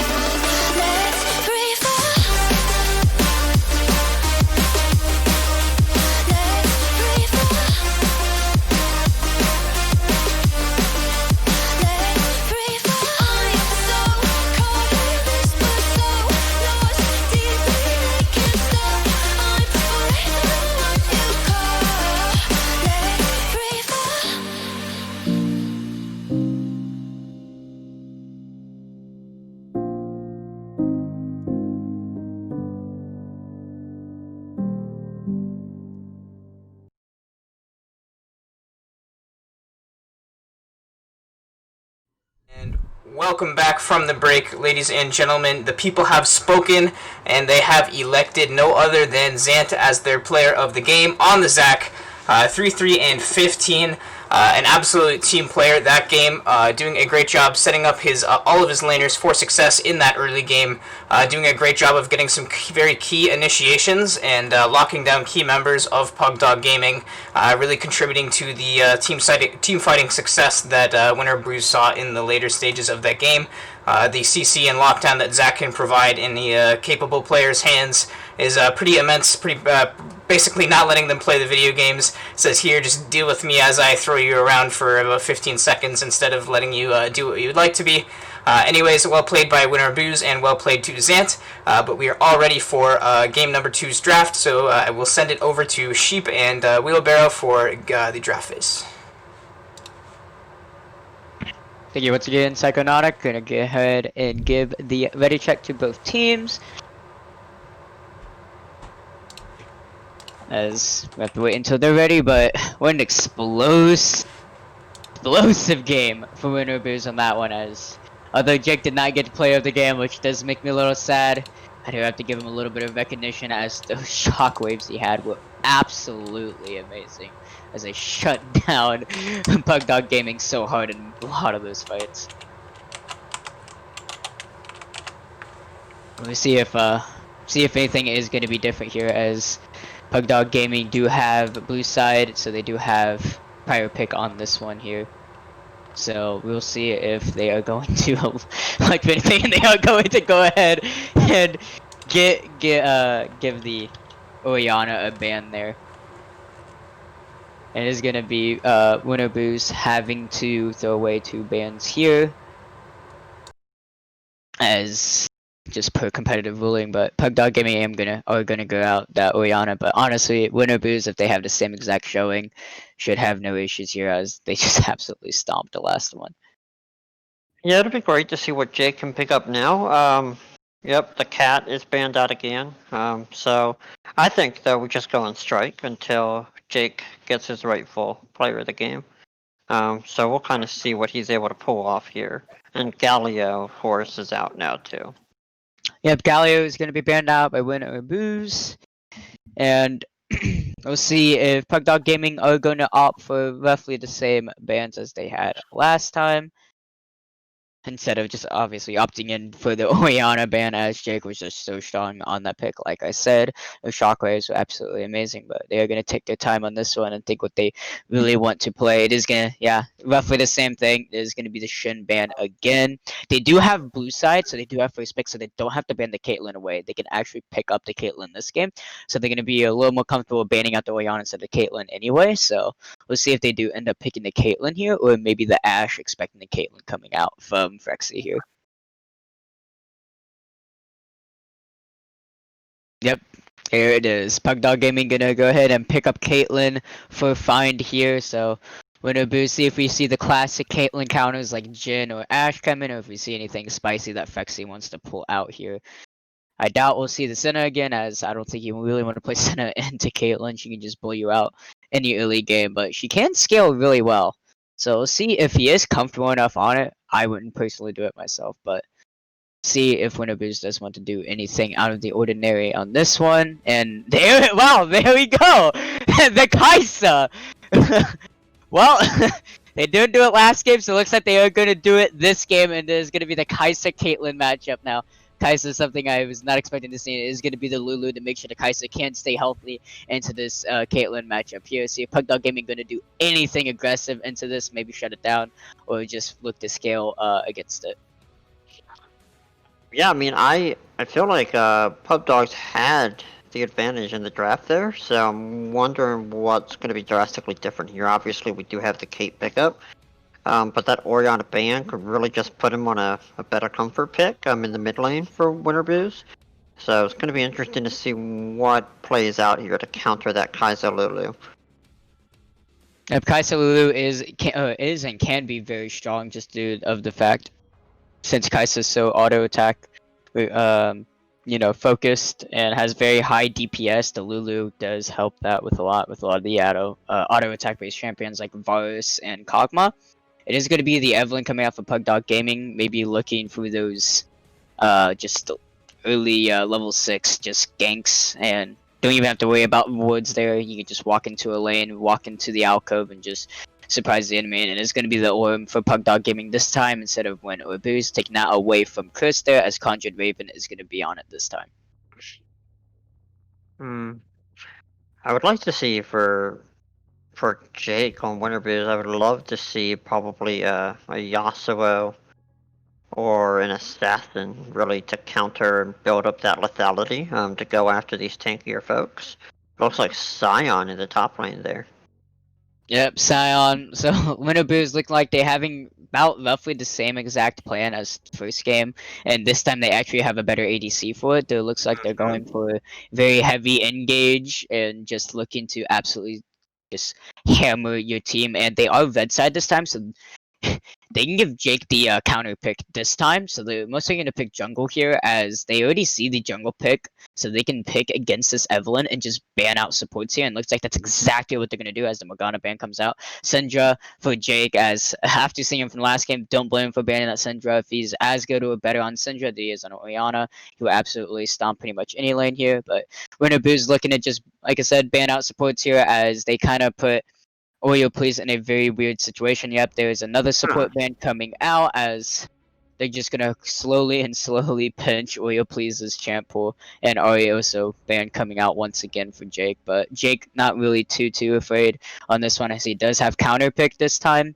so he is gonna be able to play whatever he wants into whatever PDG has to throw at him. So it looks like it is going to be the Zac again. So, yep, looks like it's going to be the exact same comp from Winterboos. Heavy team fight, heavy engage, and this time Kaisa. So they should have it a lot better this time. They have a way more interactive front line than the last game. Ornn is very strong, but he's not nearly as interactive as Scion can be, because Scion can just run into the enemy team, and in most cases can be more tanky than the Ornn, just because of his passive on his W just gives him constant infinite skilling with the health.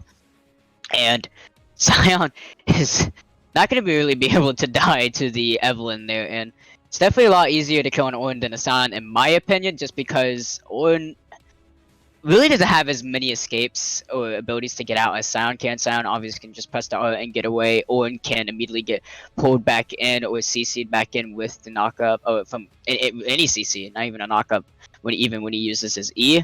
Scion can just R out because he is unstoppable, so you're forced to use a gap closer or a flash there. Also, with the Zac there, he's just going to be a lot more easier to set up with his Q, just being able to do a lot more damage there. But he does not have the ornaments this time, but it is going to be the Thresh Tristana into the bot lane. Actually, no, sorry, my bad. It's going to be Thresh in the bot lane. It is going to be Tristana in a side lane. That's how confused I was for a second. So Tristana most likely going into this mid lane. And they're looking out to just absolutely stop Jake in the laning phase and make sure he does not have the ability to scale. But I'm telling you right now, I really don't care who Jake picks. Winterboos should absolutely win this game. Like, yeah. I don't even need. I don't like the Tristana pick. I don't like the Thresh pick. To be honest with you, Thresh more utility getting out of a fight. Yeah, that's great. But I think there's more engage type supports you could have gone with. Shut down. Wow. Yeah. Winterboos definitely won this draft. I pretty much think it's over at this point. We'll see though if the Azir can win play of the game besides before you and I go on strike.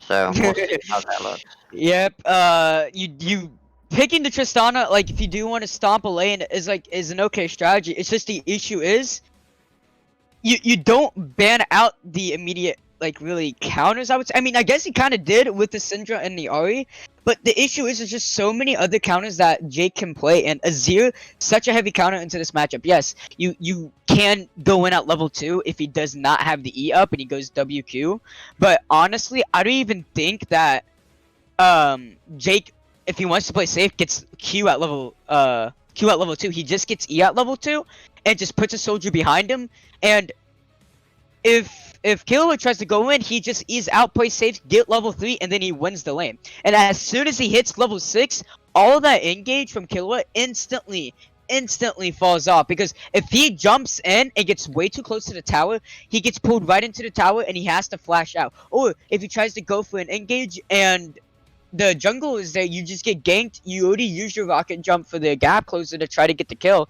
But obviously with the Shurima shuffle that he can pull out there, it's just too much. It's just too much CC. So Azir is actually really good. I would say counter to this matchup as Azir does really scale, and Azir is a perfect fit into what Winterboos is even trying to go for anyway.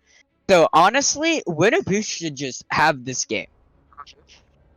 I'd be really surprised, honestly, if it's even close. The Tristana level 2 thing, like you had mentioned, I really don't think his level 2 is good when he's alone. I think it needs to be paired with a really good, jungle assist there, to be able to dive in and get out safely.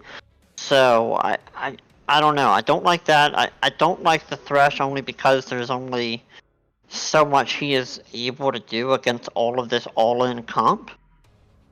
Maybe someone with heals for a little bit more sustain would have been preferred.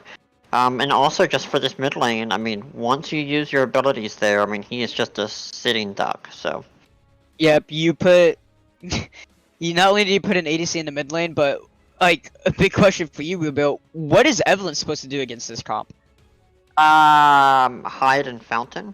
She I can't don't- really engage on anyone. The only Nope. person she can try to engage on is really the Lulu and maybe the Kai'Sa. Kai'Sa with the Killer Instinct and with the Supercharge, once she gets enough attack speed, can go invisible, dodge your charm, and just get the hell out of there. Yep, Also, because Lulu, you can't really do anything against her because she could just ult right when you ult, so the ult execution won't even go off because the extra health you get, and plus the CC that it also gets knocking you up. There's just really nothing that Evelyn can do here either. The Tristana really has a hard time into this lane, and I like looking at this draft, I'm not gonna lie, I am completely baffled on how even Pugdog Gaming is even gonna approach this.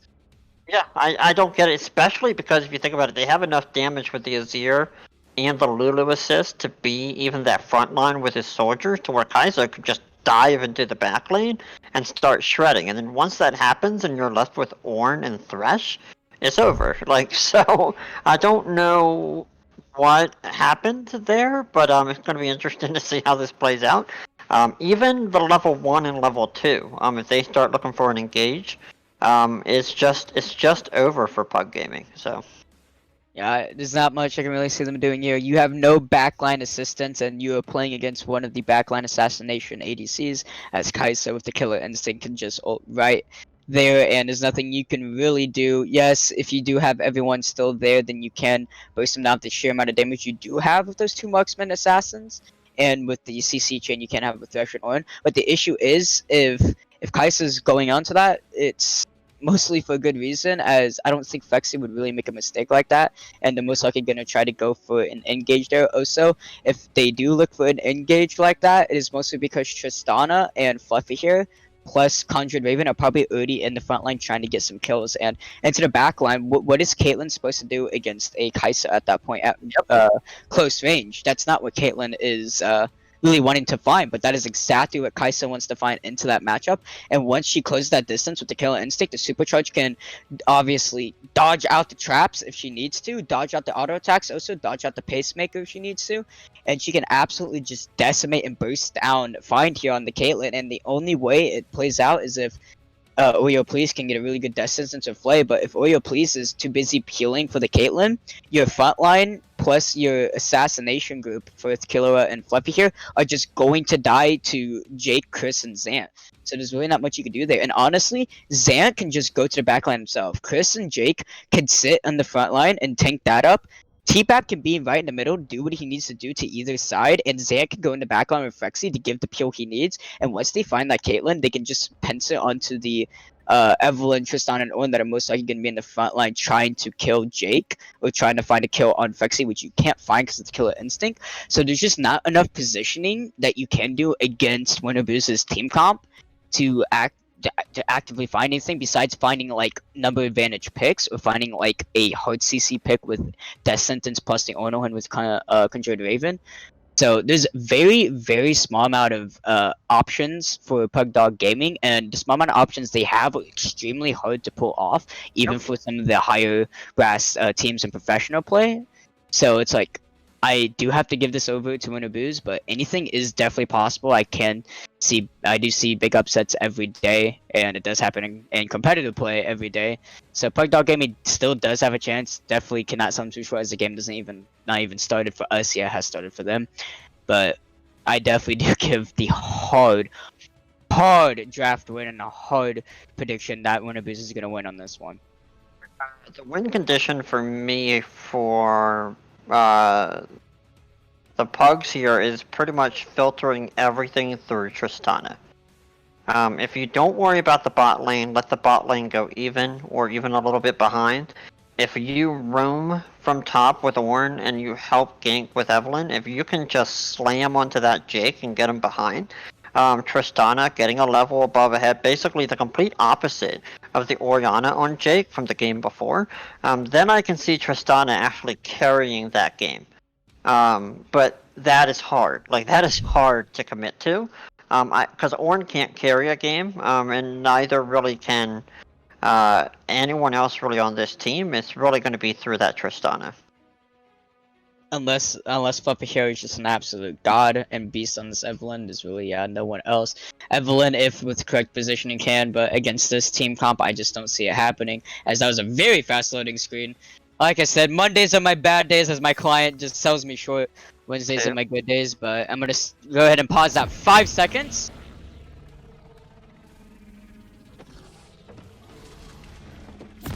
Alright, here we go. Winnaboos versus Pugdog Gaming. Let's see how this one is gonna fall out. As I said, we already gave it over to Winnaboos on this one, but anything is possible if Pugdog Gaming can find what they need to find here. And it looks like it is gonna be a 5-man invade here for Pugdog Gaming, so see if they can't find any type of early lead with this. Yep, and they are going as a group, whereas, you know, they got the 5-point start over. There is going to be a wood there, though, from T-Bab. So he is going to be able to spot this one. T-Bab has to get out of here. Oil Please is going to spot him out here. Will he use the flash? He will use the flash. It is going to be a flash trade from both supports. So about 5 minutes and 40 seconds on that one. So not much is really going to find too much there, besides, you know, both supports losing their flashes. So. Yeah, and also, Lulu brought the heal for that bot lane, giving barrier over to Frexy. So that's just even more sustain overall. Not worrying about the exhaust or the ignite on T-Pab. So it's going to be really good to see that sustain on that bot lane as well. Yep, definitely really good creative play from Fexer there, bringing the barrier instead of the heal. It is not going to be combat summoners in the bot side, but I really don't think Fexy and T-Bab need to worry about that, because they go even into this lane pretty much guaranteed, and that's all they need into this lane. So you're not really going to find much on it with the barrier, and also excuse me, also because of the barrier, it's really hard to all in, especially with the non-early game damage that Caitlyn has. Caitlyn kind of needs a little bit, at least a pickaxe or BF to do some damage there. But it is going to be a wood coming out from Oreo, please. A little behind there on that one, but it is going to be spotted out and taken down. So small win there for Winnaboos. Jake went with the Arcane Comet as well, so just a little bit more extra AP damage hitting that Tristana. So it's going to be great to see how that plays out. I really think, though, you need to just focus Kahlua and start getting her an early CS lead so that she can help roam and help push these lanes out. Yeah, definitely. I do expect Jake to have a very easy time. He also did opt for the barrier too, so he's not giving it any chance for Killua to get a solo kill on him. So it is not going to be TP. But there's not going to be TP on Killua either. He is going to go for the Ignite, as he is expecting to get a solo kill in this lane.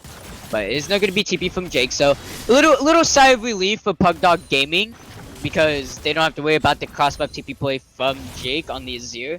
But and when it comes to team fights, he's going to be able to survive if you do end up getting on him anyway. So both Frexy and Jake, which is the two main damage dealers, are opting for the very defensive summoner there.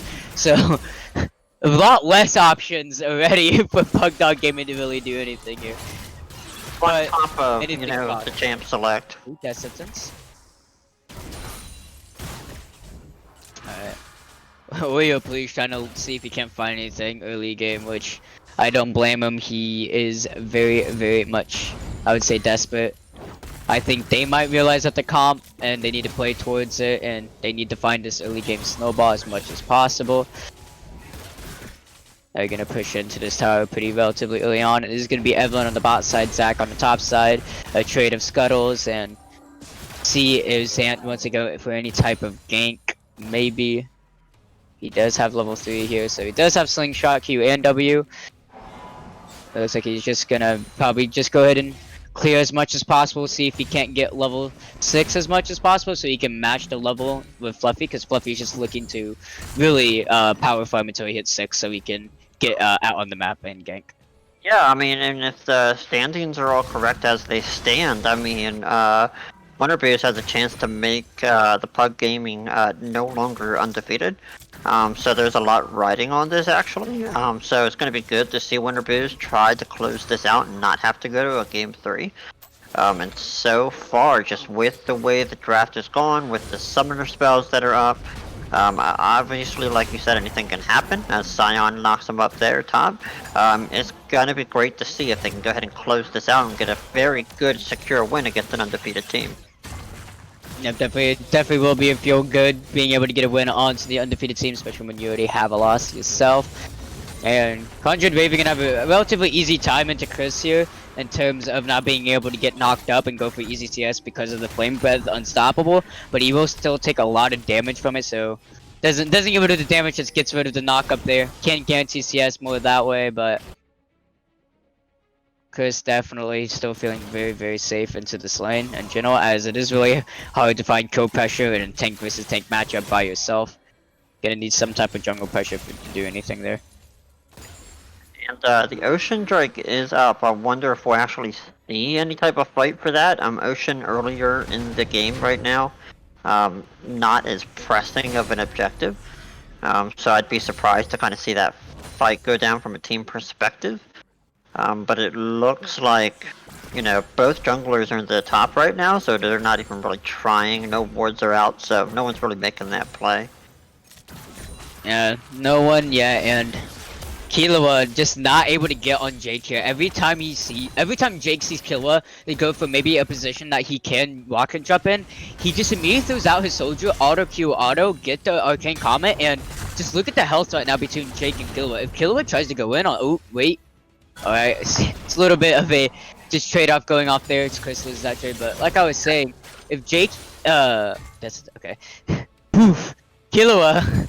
If he wants to try to find something against Jake, as a lot of these people are trying to go in, as I'm trying to explain this, Jake is just, you know, winning the trade on Killua, as he does have the range advantage into this early stages of the game, as Tristana does not have enough levels to get that passive stacked up. So even if Killua does go in, he's just going to be down a lot of health for that one, so he doesn't even want to attempt to do that, especially since he does not have the heal. He does have the Ignite, and it is against Jake with the barrier.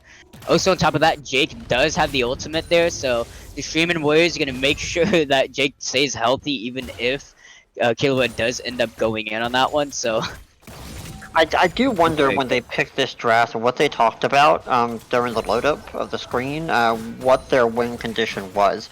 Because Zach so far has just done nothing but be in his lane at jungle, not really doing any pressure in the mid lane. And I feel like once he hits 6, if he doesn't spend the rest of the game going mid with Kalua, because if you look, his CS is even. So yeah, his health might be down, but his CS, you know, point for point, it's been pretty good. He needs that assistance to be able to get one up. He needs to be that carry. So you definitely do want to try to put Jake as far behind into this matchup. That's definitely what you do want to find here, as Conjured Raven is going on Chris here. Chris has no mana here into this matchup, so you have to be a little careful here, as Conjured Raven has all the mana into the world here, and he's going to push this wave in with a no mana, and Vodka Jump actually using defensively there. And that is really not a situation that Killua wants to be in when he picks Tristana here. He doesn't want to be playing passive, he wants to be playing aggressive, but he's just not allowed to do that in this situation. And that is almost your only win con is if Killua can put Jake behind, but Again, Killua just getting poked out by Jake here. He's not giving him any chance to do anything. But there may be a gank into the mid lane here. Zane is here, but it is going to be a level down. As we see topside, maybe a solo kill there. But Input Divide is going to come out. He's going to divide right into the tower. The ult is going to be used on Fluffy here, but he may fall down. But Killua picks up the kill on Jake there. Swift shot is going to be used, and the Q is actually going to land, so he's going to fall out of that invisibility there. But look at that. Zant finds both, but he does not have level 6. He just gets it there. No flash there. He is going to use it there. And Killua has to be careful here. He is going to rocket jump out, and Fluffy here is regenerating from the passive. And that's exactly what Pugdog Gaming wants to find. Exactly what they want. And right before all that fighting happened, I was about to point out that because of that passive with Ornn, he is this is going to land. Kill Instinct is there. Find. Oh, kills it right into the trap. The net is going to land. Ace in the hole is going to be blocked. But wow! I don't think Fexy saw that one as he dashes right into the trap there. And a bit of a misplay that I was not expecting of someone from his caliber from the last game. But Pugdog Gaming just not giving up. And my TV started playing. So give me a second as I turn that down. Oh. It's very sorry about that one as I missed a little bit as Jake is looking for a kill off the Fluffy here. Oh, the streamer was gonna say not so fast. He's gonna go right into Oil as Killua slayed Jake again. A flash over the wall. The lantern is there to get fined out of there. But Jake may go over to win or boost here, but Killua may be stopping that from happening. Literally all down. Wow, this is exactly what Pugdog Gaming wants to find here as Tristana up 2 kills even with that very rough early game, and Killua feeling very comfortable now as he can just absolutely stomp Jank now as he has the ability to do so. Yeah, and if you look at that top lane, 20 CS difference, and Sunfire Cape is already completed on Ornn, and he has the 1-up kill. Sion has pretty much been beaten out of this lane. So I thought it would just be an even match top, but nope, Conjured has really already taken the lead there. Yep, that is definitely true there, and Conjure just making sure Chris can't do anything, and it is going to be right back to business as Jake is going to poke out Killua again, but Killua not being able to really hop in on that one as it is going to be right into the tower, and you did not want to get Emperor divided right into the enemy tower, no matter how ahead you are, so he's going to be playing it a little safe there. If you look at this, right, Jake is already down 2 kills, right? He's losing 2 to 1. So I really feel you need to just get Zach mid and just push this Tristana. Fluffy is looking for something. The Q is going to be used. The E from Jake, the Inputs Divide is going to push him away, but Jake is going to fall down to Fluffy here, and Jake just unfortunate timing on that Q there as he is gonna fall down from the gank from Fluffy here, and he is just doing such a good job just finding these picks onto Jake, and that's exactly what he needs to do. And a knockup on Chris is gonna be found here. Displacement from the Biddle, but the knockup is gonna be traded back from Chris, but it's gonna be an ultimate trade prior going over to Conjured Raven there, and Oyo Please is down in this mid lane picking up the wood and maybe looking for some type of damage on the tower, but again Conjured Raven absolutely stomping in this lane here as Chris just not being able to find the damage he needs on Conjured Raven to make this just an more even lane, but Conjured Raven doing a really good job onto this Ornn pick, and his Q's actually going to be stopped there from the terrain that was created from the Ornn Q as he's not being able to finish that decimating smash there. Yeah, there needs to be better communication between Jake and Zaint about that pressure mid-game, because just like I mentioned, you did have Fluffy come down and be able to help Killua get that further lead. Once again, he's actually within execute range if Fluffy here was into that top side, but Dragon is up, so Fluffy does not want to show. Yep, it's over. Raven, no one is going to be sound, but the R will come out, make sure he does not fall out of that one, and the unstoppable on gets right out of there, right in the nick of time. Yep, 120 HP, he ulted perfectly.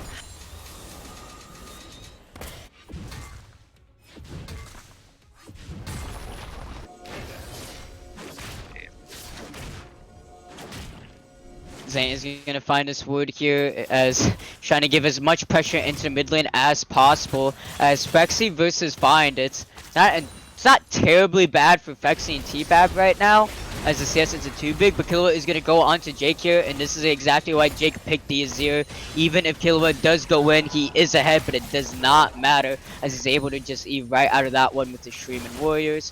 So he's feeling really safe on that one, as the shifting sands making sure he stays safe.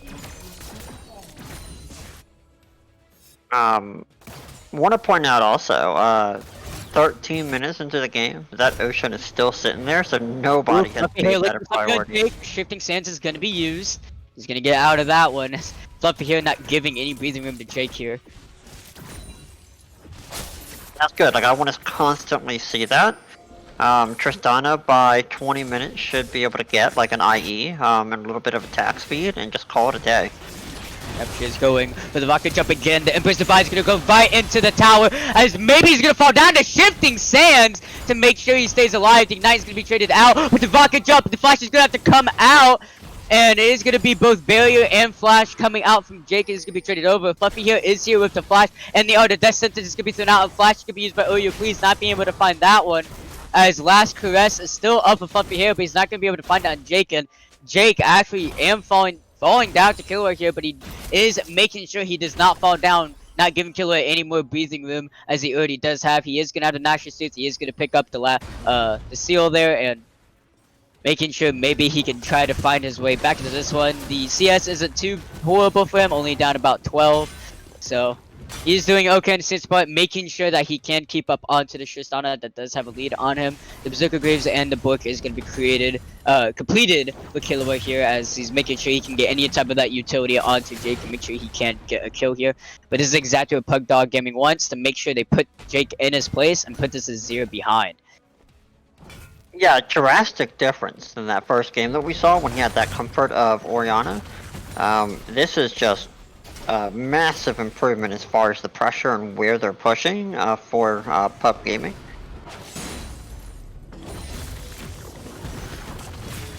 Oh. And Conjure Raven missing that knockup. He is going to throw the brittle out with the Flame Breath, but he doesn't have it. But then stop the knockup with Chris.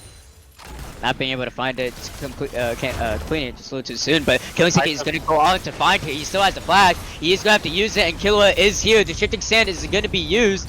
And here comes the slingshot onto Conjured Raven. Can he get the hell out of here? He has TP. He has flash. But so does Chris and Zant. The Unstoppable Onslaught is also there, but he's going to be able to get out of that one, as Fluffy here is going to be spotted out here. As they have to get out of here. The last crest is also here. The top is going to find, and it looks like Fexy might be able to get out of this one. The last crest still up. Fluffy here will be able to find enough damage. Yes, he will. Last crest used, and there it goes. Kill going over to Fluffy here. 6-1 for Pugdog Gaming. It looks like he's going to be traded objectives here, but exactly what they want to find onto the bot lane, as they finally get some pressure down there. Yeah, I mean, Kate already has that Infinity Edge, which infers... Not done yet. Conjured Raven looking for maybe a steal. Can he find it here? No, he cannot. This might going to come out, but the owner is going to be signaled. They have to get the hell out of here. Slingshot is going to be used. Flash from Chris, and they're going to get out of this one and pick up the objective. So, really well done by Winter Booze to pick up that one, but it is going to be a flash coming out of Chris. And the bot tower here should go down before they even reach it. Being able to get down there, the Lulu and the Kaisa, so just major wins all across the board, not to mention that Ornn top tower is already almost down to begin with, so. Yep. Chris on the side does have really good wave clear, and Conjure Raven make sure he does not want to go under that tower, but his 3 members going up. They cannot see Fluffy here because of his passive and the invisibility. He does not have Blast Caress. Knockup is going to be missed, but the charm is going to land on top of Onslaught. Not there. Conjure Raven going to be able to pick up that one. Fast going to come out for Chris, trying to take out as many minions as possible, maybe saving this tower, and he might be able to save it for another wave, but really well done by Pugdog Gaming, just not slowing the game down at all and giving any type of chance for Winter Booze here. But it is going to be the Winter Booze bot side getting a little bit of damage onto that bot tower. Ace in the hole is going to be throwing out Jake. A little bit of damage there. Jake has to be careful here. The support is here with the death sentence to see if he can't pull him in, but they are going to back off that one as Killua heads onto the bot side and, you know, stopping that little push that the Winter Booze bot lane had going on, but the top tower does end up falling over to Conjured Raven as the wave does crash into that one. Yeah, Zach is the only one for Winter Booze that's leading in the CS charge right now in that team.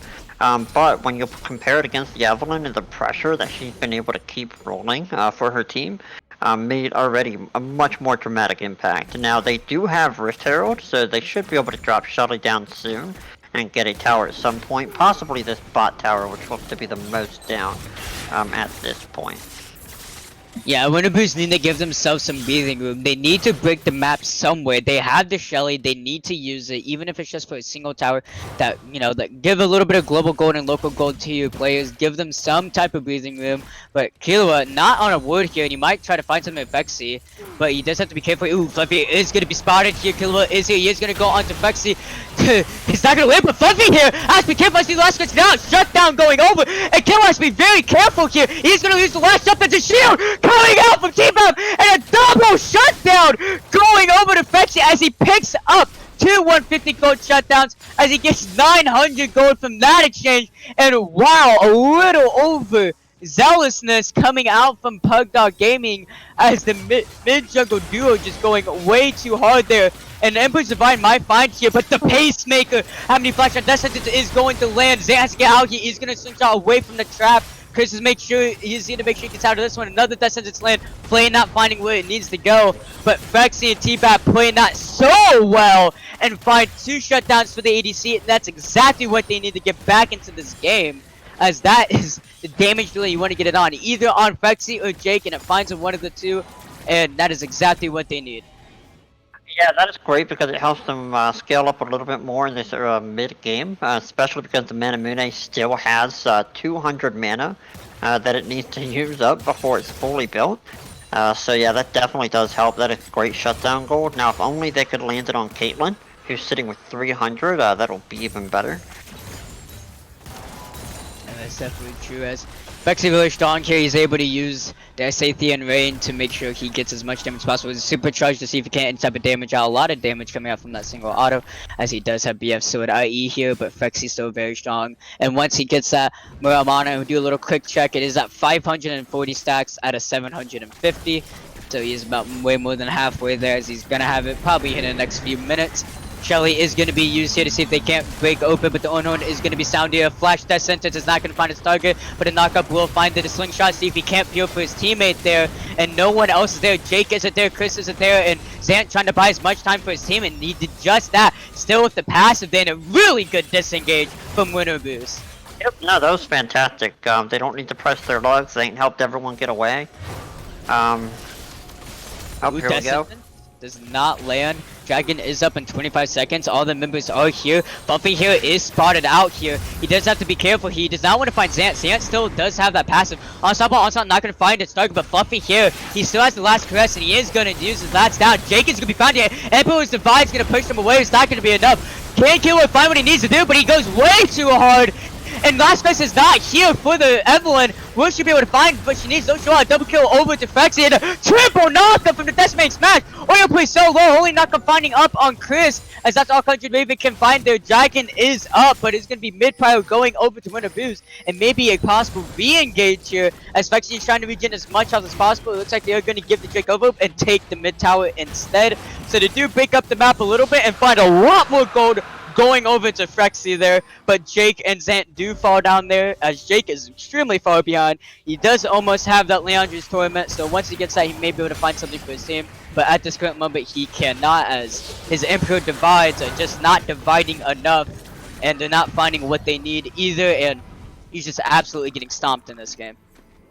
Yeah, I mean, especially when you have an Ornn from Conquered Raven that has 2 fully stacked items, as well as full boots.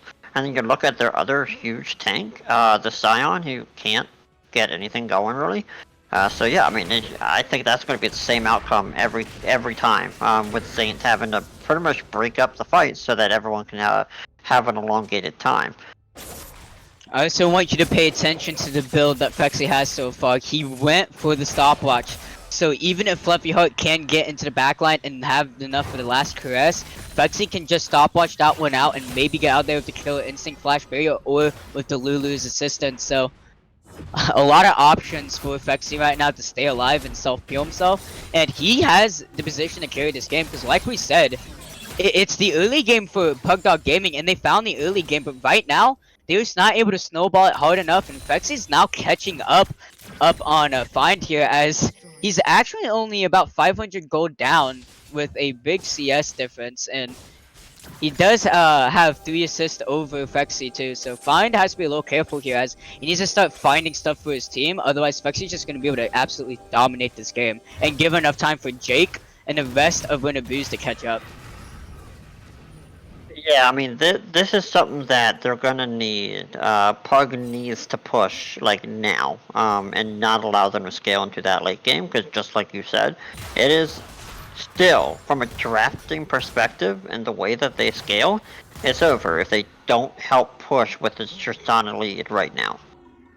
Also, I want you to also pay attention to the gold that Jake has to Killua.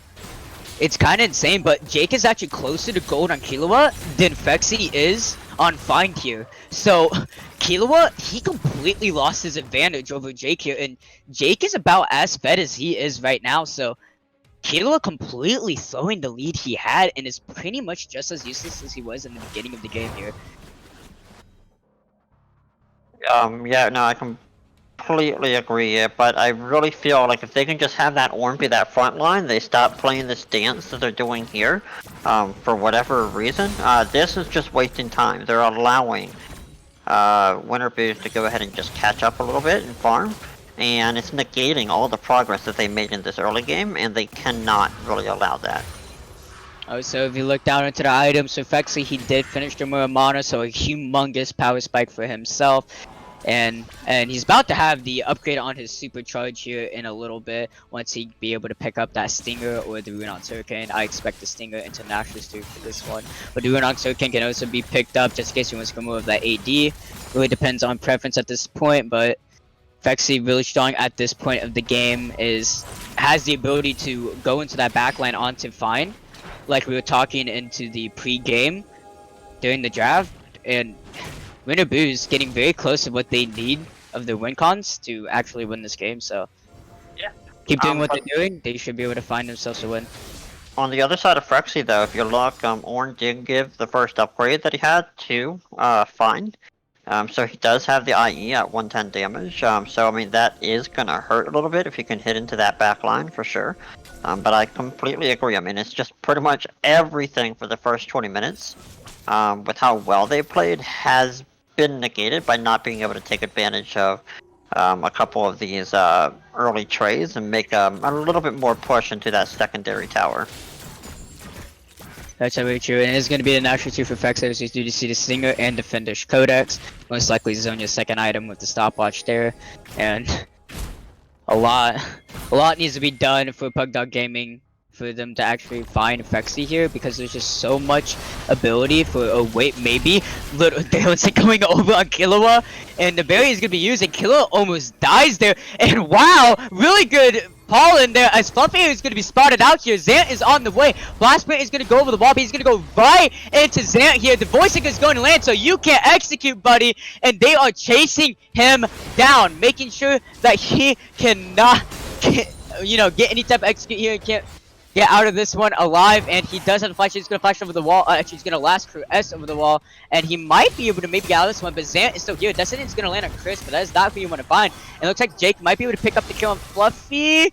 Maybe not just yet. It's still a little chase going on over there. This is the jungler though, so you do want to find this regardless. Even if Jake is just, someone. Oh wait, maybe those really good concrete sands into a shifting sand, and it doesn't matter even if he gets the kill here. That's still the jungler then, and you finally get it, turning it over to Jake, as Chris again getting hit by the death sentence. Vexy also but not being able to find much there. Zant getting landed there.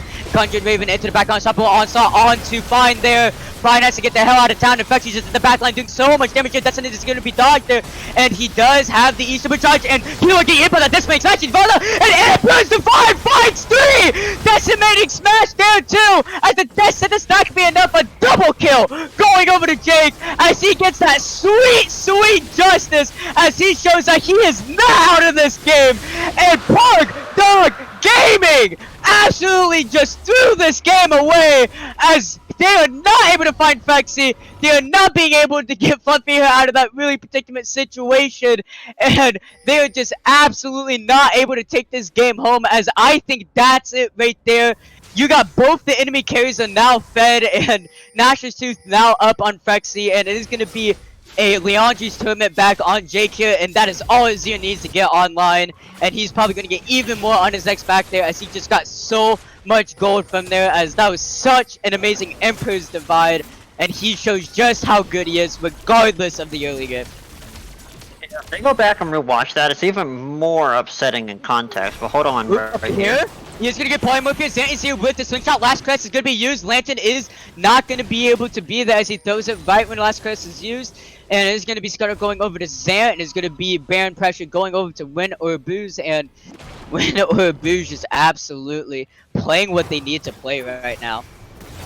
Yeah, I hope they rewatch that, because even while chasing Evelyn all throughout his own base and then killing him in the top jungle, in the top river by the Baron Pit, he was still able to get down there for that dragon fight and secure that ace and the dragon as well. So just that awareness, the fact that the rest of the team didn't follow Azir to try to get that kill and they were there for that fight, just shows that they are, you know, they're thinking about the long-term games and not letting them get the sole point for that dragon. So it was really awesome to see. Definitely. I mean, at that point, that's such a good call, because you already have Phexy in the bot side, and Phexy is the one that fed. Jake isn't the one that's fed at that point in time, and Fluffy here is the jungler. So you get the jungler off that, they can't even punish the fact that Jake's up in the top side, and they lose a lot of their team fight push. Oh, wait, Decimating Smash will find Oyo, please, but Descendant's not going to land and go walk out of that one. But Jake is fine doing that, even though he does have TP, because he knows he doesn't even need to kill Fluffy there. Like, he does, but he doesn't even need to, because he pulls him out of that situation. And if he puts him low enough, he can just hard engage onto the bot side. And Fluffy here with the passive will only heal about half. And we already know how hard it is for Fluffy even to do anything, regardless, because of the Lulu pick. But even the fact that just putting him out of position there allows Winter Booze to start that Drake, and they can just absolutely destroy it with the Isathian Rain Isolate, plus the Plasma attacks with Void Seeker Burst, and you just have so much ability to just take that Dragon without Fluffy there, and even with Fluffy there, not really able to do much, but really good macro play from Jake and the rest of Winter Booze to make sure that they know they can make that play, and they do it, and they do it very comfortably, confidently, and they pull it off. Yeah, I mean, but just the fact that even with Tristana and the weapons that she is equipped with right now, she went back, got full health, came there for the dragon fight, and it was 4-on-4, and they expended everything. Ornn ult, absolutely everything went out, and it still did absolutely nothing to Winter Booze, and Jake just came and helped clean up, right? So I just think that just spells it, like you said. That's the end of the match. They're going to win 2-0 unless they can pull something drastic out here. Yeah, they have to get these shutdowns on Jake and Phexy. That's 800 gold on Jake and 1,000 gold on Phexy. So that's a lot of gold you can find on those picks. But the issue is that those people are so hard to find with the Lulu, Zac, and Sion constantly peeling for them. And Azir and Kai'Sa have so much self-peel capability, and that's exactly, I think, why they picked them. Is because they, even if they're behind, they are able to peel themselves out of a fight or peel themselves to win, and that's exactly what Phexy's been doing almost this entire game, and he is pulling up really big for Winter Booze, but the big downside to them right now, which it looks like Conjured Raven is exploiting, they're only AP damage right now because he did offer the Nashor's Tooth into the Zhonya's. So they are pretty much only AP at this point, so if they can just hold out long enough to get some tank items, then they may be able to pull this one around. But that's the only way I see, besides them just collapsing on big positioning mistakes from Phexy or Jake. I understand, but look how ahead they are right now. I mean, Winter Booze, if you look at the items, even with the Ornn upgrades for Pug Gaming, they don't have the ability to chase and fight and catch these guys out. Especially Rabadon's just got built on his ear. So this next team fight for this dragon, like, it just goes to Winter Booze, like, automatically, unless there's like a drastic steal or they can find a pick off. It's up to Phexy and Jake to win or throw this game pretty much, unless the side of Pugdog Gaming can land a really good death sentence into a chain CC to a last caress execute, but Jake making sure they finds where the exact enemies are. There is a control over the wall, so not really going to be denied too much vision there. And it is going to be Evelyn on to the right side on the flank. And Jake is making sure, look at Jake's position right now. He's making sure that he is hiding out. He doesn't need to be in the beginning of this fight. He just needs to make sure that he can, you know, throw the Emperor's Divide out into like the perfect situation. Fexy making sure that he stays healthy here, and it is going to be the owner going to get you on top of onslaught to make sure he cannot throw it out. He will not find it. Zant is very low. The zone is coming out from Fexy there. This is going to be the last rest, but he's going to fall there. It's just Conjured Raven against the world right now. That's it. This is not going to land. The flash out. Chris is still alive. Kayla into the backline. See if he can't get a kill on Fexy, but it doesn't look like it. And Jake is still alive. Here comes the Shifting Sands, and the Death Sentence is going to land. Chris is going to be able to pick up that one. Killer actually does not fall, but he does not find Fex either. Ace Snow is going to do a little bit of damage to Jake there, but that is exactly how I thought the fight was going to go out, as Jake and Fexy just play that beautifully and did not give any openings for Pugdog Gaming to follow. Yeah, like you said, Jake as Azir just sitting to the side. Even if T-Pab gets deleted, like he did by Fluffy, it's over. Like, even with the 5v4, like, they don't stand a chance. And also, you gotta point out that Chris going in on the ultimate for Ornn, definitely helped it. None of them got knocked up, so they were able to sustain and keep winning that fight. So, just really good job all around. Yep, denying on the Ornn horn on that one and making sure he cannot throw it out. Chris, really good job and decision on that one to make sure no knockups are going to be found there. And it is now 2 Infernal Drakes going over to Winter Boost, and that's not what you want. You do not put more raw damage stats onto the team that has a lot of just high base damage. Because, yes, Jake and Fexy already have high damage, but you're giving more raw damage to a Scion, to a Zac, to a Lulu. These champions already have high base damage stats, so giving them more raw damage is going to make them more of an issue. Destiny is going to land on Zant, but that is not who you want to find, as he is fine getting pulled there. And Jake, this is ridiculous, but look at Jake's level right now, and look at his CS. He was behind almost all game, but he is so impossibly ahead now, as he is just able to find the levels he needs there. And Conjured Raven, only level 15, not even getting that level 2 on the Ornn horn yet. And Chris does have level 3 on top of Onslaught. And Kilo has to be careful. He might get caught out here. The R is going to be used to keep him away. Ace and Noho to get a little bit more damage onto Jake. It is going to be blocked by Zant there, though. It's a really good decision there, making sure that he saves as much HP onto his AP mid laner.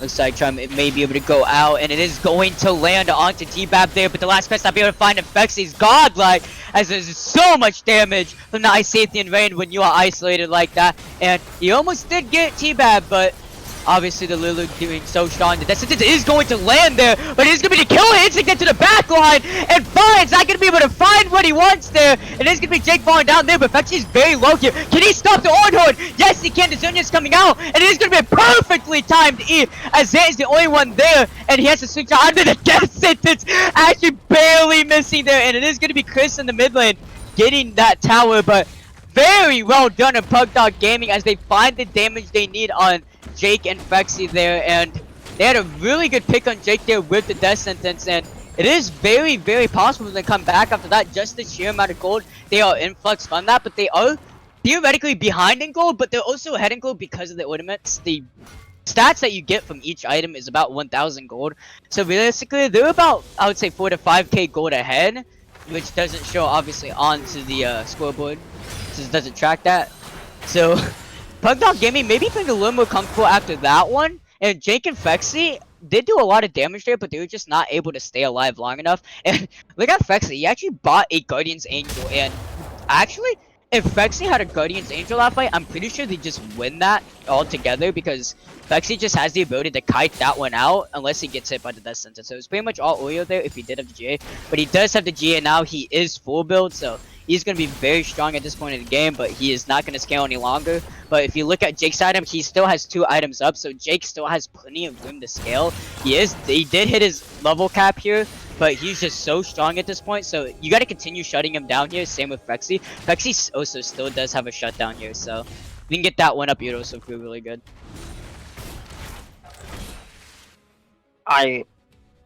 That was awesome to see. However, I want to know, if you think about that fight that happened top lane, it almost felt like Fluffy decided, because he could proc off his ult there, that he was just gonna go in, and there seemed to be no follow-up commitment. until Winterboot decided to go in and fight. I feel like if there was just a little bit more communication there, they really could have cleaned up a lot better. Definitely true. A lot of damage on this Evelyn right now. She does have the Rabadon's Death Cap and it is also upgraded. So she can one-shot the Evelyn or Frexy if she can get it off. And it looks like an accidental stasis there from Jake. As Nobody the enemy saw team that. did not see that. So they can't check the, track the cooldown or the item for that. But Player of the Jake, game right there, man. let's hope that does not put them into a losing fight. And T-Bab is actually resetting for the strike here. That's coming up in about 20 seconds. So he does have Moby, so he will be able to get back here real quick. Zant still not level 16, does not have the level 3 ult. Same thing with Fluffy here, so no smite advantage. Death Sentence is going to land, but you're really not going to do much damage to Chris there as the sign just so tanky. Yeah, and unfortunately, with how long they're waiting, looks like it's Jake's about halfway done being on cooldown now, so it's still going to be down for this fight. Yep, onslaught is going to be used. It's not going to land. Can they stop the on ultimate? No, they cannot. Can Empire find what it needs to find? No, cannot. Jake is going to fall. Last caress. Going to be able to not be able to pick that one. And it looks like Fine is being able to find his targets here. As Frexy is still alive on this one. Best or Killer Instinct, my bad. As he is going to go golden here. But he just needs to survive long enough. Fine. He is going to be able to pick up that one. And are they going to be able to get out of this one alive? As Zant is going to be founded by the Ace and the Ult. But it's not going to be enough. And that a lot was happening there, and I could not really pay attention to which side was really winning at what period. But it is Frexy falling down, burning the GA, but they are going to win the right to the Drake. That is going to be 3 Infernal, and that was actually a lot closer fight than I was going to be. Jake does end up falling down, does get the Empress Divide right at the last second, so he does pick up the kill onto Oreo Please there, but he does end up falling to him as well, as the last crest is really gives enough damage for that last auto from Oreo Please before he falls down. They are going to go for this Baron here, and it is going to be spotted out from Fine here. Back up, I would not commit. Yep, they are going to back off on this one as the Farsight Intuition is going to spot them out on that one. They do get the Scuttle though. It is going to be a back coming out from Frexy.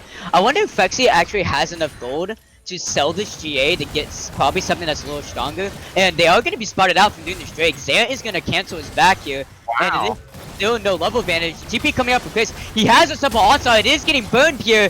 Oreo Please does find him there. Will he be able to get the steal off? Death Sentence coming out. Zant, it's up to you. You will not be able to find it. A simple onslaught. It will not find Fluffy here, but it will do quite a bit of damage. Last crest is up. Flash is going to be used. And Oreo Please has to get the hell out of town. Will he be able to get out of this one? Flash coming out from Oreo Please. Can he get on the wood to bring him back? No, he cannot. It is going to be really good disengage coming up from Pug Dog Gaming as Jake's not be able to find anything. Ace is going to be shot. It is going to be blocked completely by shifting Sand Shield. And a really good play coming up from Pug Dog Gaming, giving them a lot of breathing room. That is 3, I'm glad they got the Baron there, so they got something for it, but that is 3 Drakes in a row that they have fought and lost a lot over. I understand, yeah, Jake did die and give away some of that gold, but I still don't see what the Baron really is going to be giving them, besides just being able to hold out the game a little bit longer.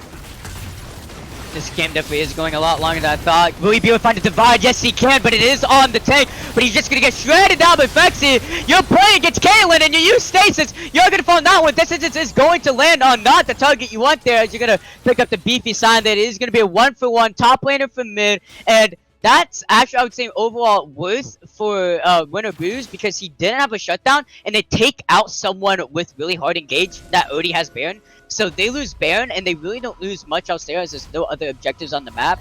And Frexy is strong enough with the other members of Winner Booze to stop any siege that they can do. So I would say that is pretty worth for the side of Winner Booze as they take a Baron down there. And that is exactly what you want to find. But he does go golden against the Caitlyn there. She just puts the trap down, and a lot of damage there. And oh my goodness! That damage coming out from Fine there, as Wasino is going to try to go on T-Bab to see getting damage, and that's going to be a 5-minute passive coming out from Zant there, as really poor positioning and just lack of respect for the Caitlyn there, as she is full items with the Lord Dominic's regard. Yeah, I wanted to point that out earlier. She went full Lord Dominic's, and then also, though, you do have T-Pab who went ahead and just finished the Mikhail's Crucible, so any kind of lockdown can immediately get cleansed, so it's going to be great to kind of see if that really helps against that Evelyn. Yeah, at this point of the game, you need to find himself before he finds you, because he is absolutely going to destroy your entire team from afar. And you take him out, a lot of damage is going to be lost from the side of Pugdog Gaming at this point of the game. If you can kill him, Killua is not really going to be able to do much. The Tristana at this stage of the game is pretty much useless, and that's the reason why I kind of hesitate on the Tristana pick. And Tristana pick into any side lanes in general, and included into ADC role. So she just falls off so hard into the late game because you can't do much without being able to jump in unless you're able to kite it out. But the issue about kiting it out, you just can't deal the damage you want to deal, and you just end up not being a champion anyway. But Find, obviously so strong at this point in the game. He has the 4 items, he has the elixir. They can find him though, then this game should be going over to win or lose. But he can carry this game with correct positioning, and they have to find Jake or Fexy for that though. Disconnect coming out as the top DCs there. There's going to be a pause coming out from Jake there to make sure nothing crazy happens during that. That would be a really, really bad time. They had to fight a 4v5 with a disconnect there. But, what's your rundown of the state of the game right now? Because this is looking to be a lot closer than what we thought. Yeah, but also, the fact that they can elongate this game as they have, Pug just showing why they're undefeated. I have not seen with how ahead Jake and Winter Booze was in this early part of the game. They did nothing with any of those advantages, right? So that everything that to me at a stalemate. I think everything's pretty much just even across the board. The goal difference at this time makes absolutely no point. Everyone is at full build. I would actually sell the Guardian Angel though, kind of like how you had mentioned with Kaisa. Get a little bit more damage there, but 100% crit with Kate.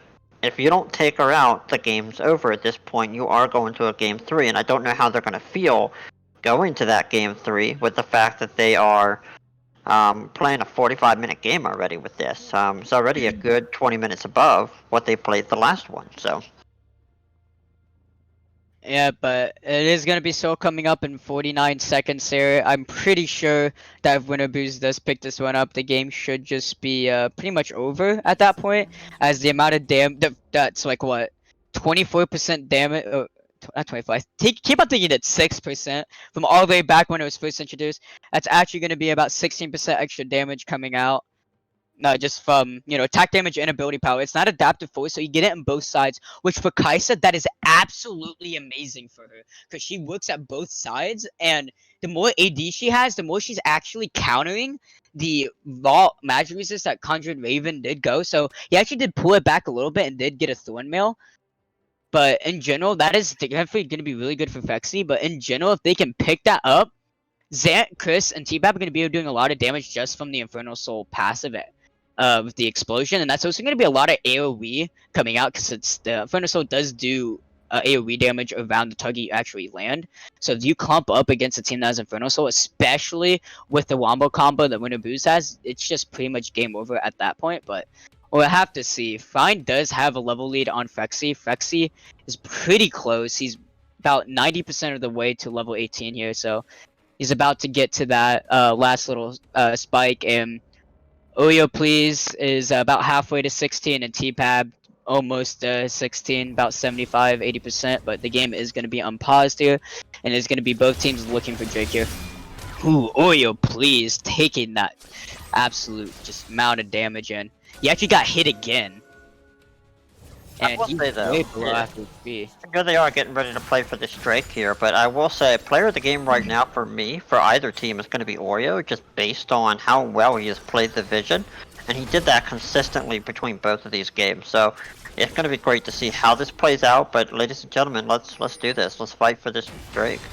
Yeah, I really like what Fexy's doing too. He's throwing out constant Void Seekers, and he forced out the back from Oreo Please. I don't know if they have vision on this. Actually, he's gonna come back, but he's really low, and he does not have the stopwatch, so he could just end up falling to this entirely. There's gonna be, actually, look at this. Fluffy does have a flank here. Chris is sitting in the bush. There is no vision there. They are gonna start it up. Chris is maybe gonna find Killua here. Killua gonna use the rocket jump, but they're completely behind from this, and Fluffy Wow. actually gonna not be able to find what he wants, and he's gonna be Emperor divided away, and T-Map going for that kill! Yeah, As like I over. said, the Inferno Soul does so much damage, as Zamp picks up that kill, and Jittery has to get out of here, the traps to make sure to get out of this one, the slingshot right over, Matrix dodging those traps, but Zamp has to be really careful here, taking a lot of damage, and Fluffy just not being able to find what he wants, even with the Banshee's Veil, as he gets Emperor divided right away from that Drake, and he just gets divided into pieces by T-Pap on the Lulu support with the with the Inferno Soul, so a little much easier for him to take down a low health jungler like that one, and a little bit of justice for what he did to T-Pap earlier into that top side fight.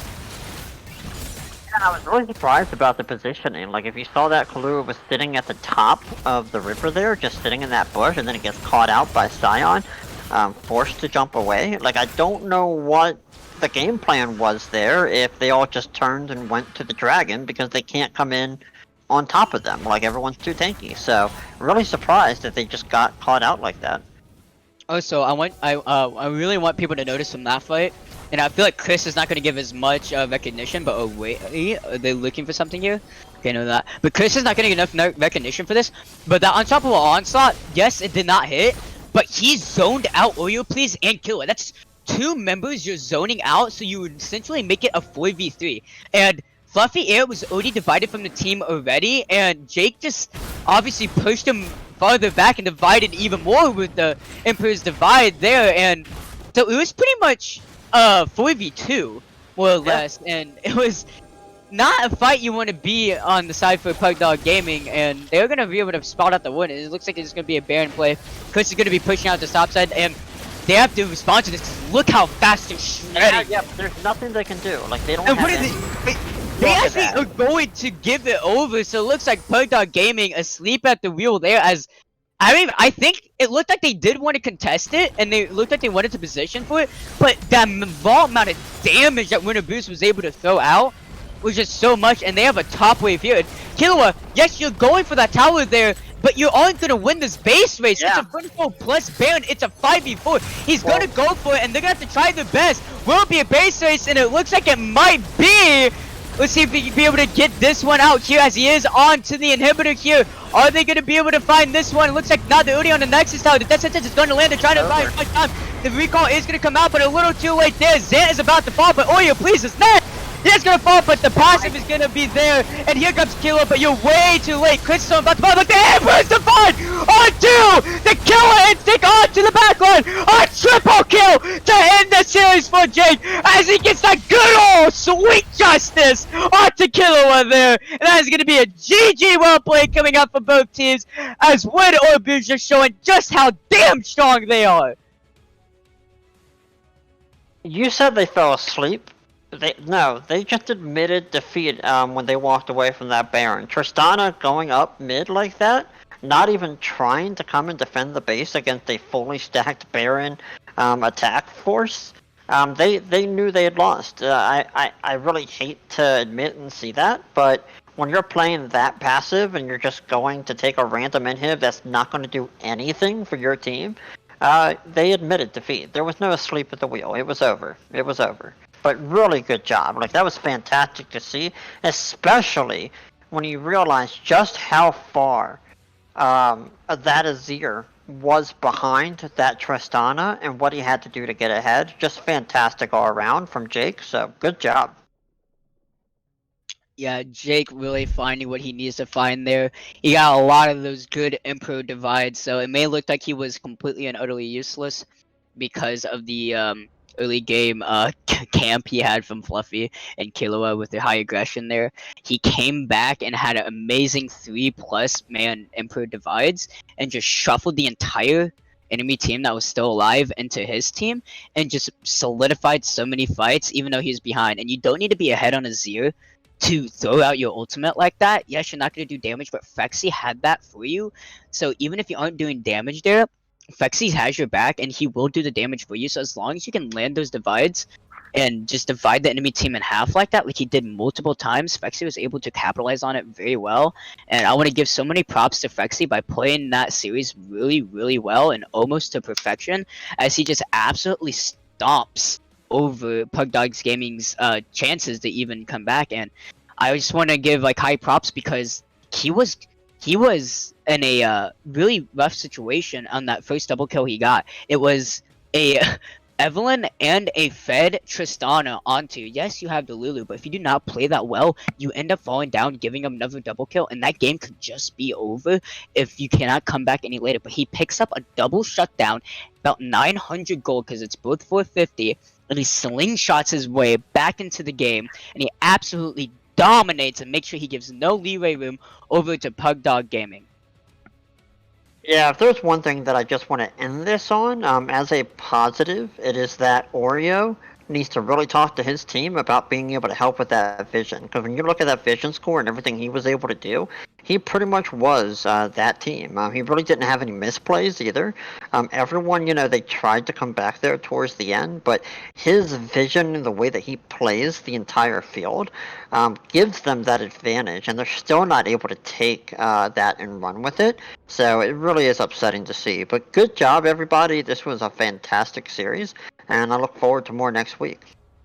Yeah, one last note before we do head over to analyst desk.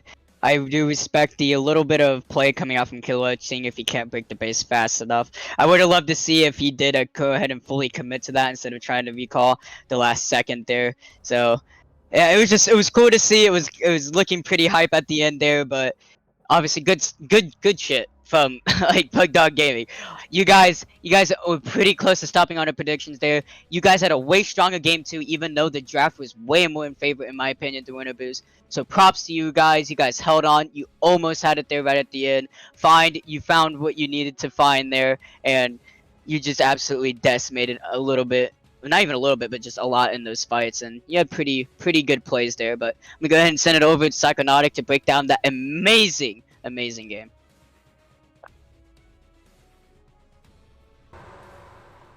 Thank you, Sheep, and thank you, Wheelbarrow. I have the wrong screen up, but that's okay.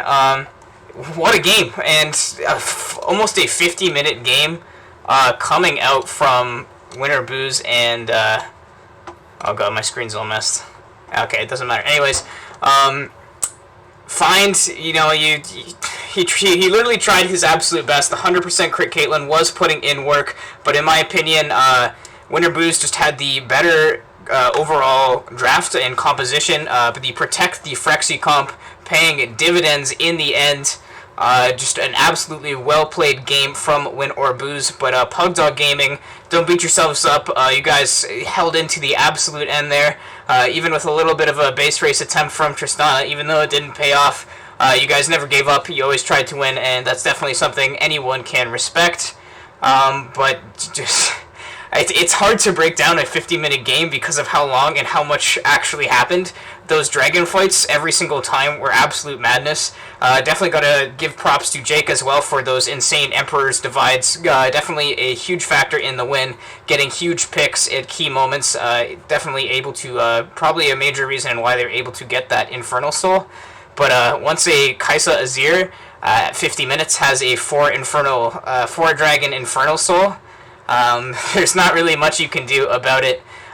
Zir had over 800 AP. Kaisa had like a collective 600 adaptive force. It was absolute bonkers. An absolute great game from both sides. Anyways, guys, we're going to take a short break, and we will be back with your player of the game.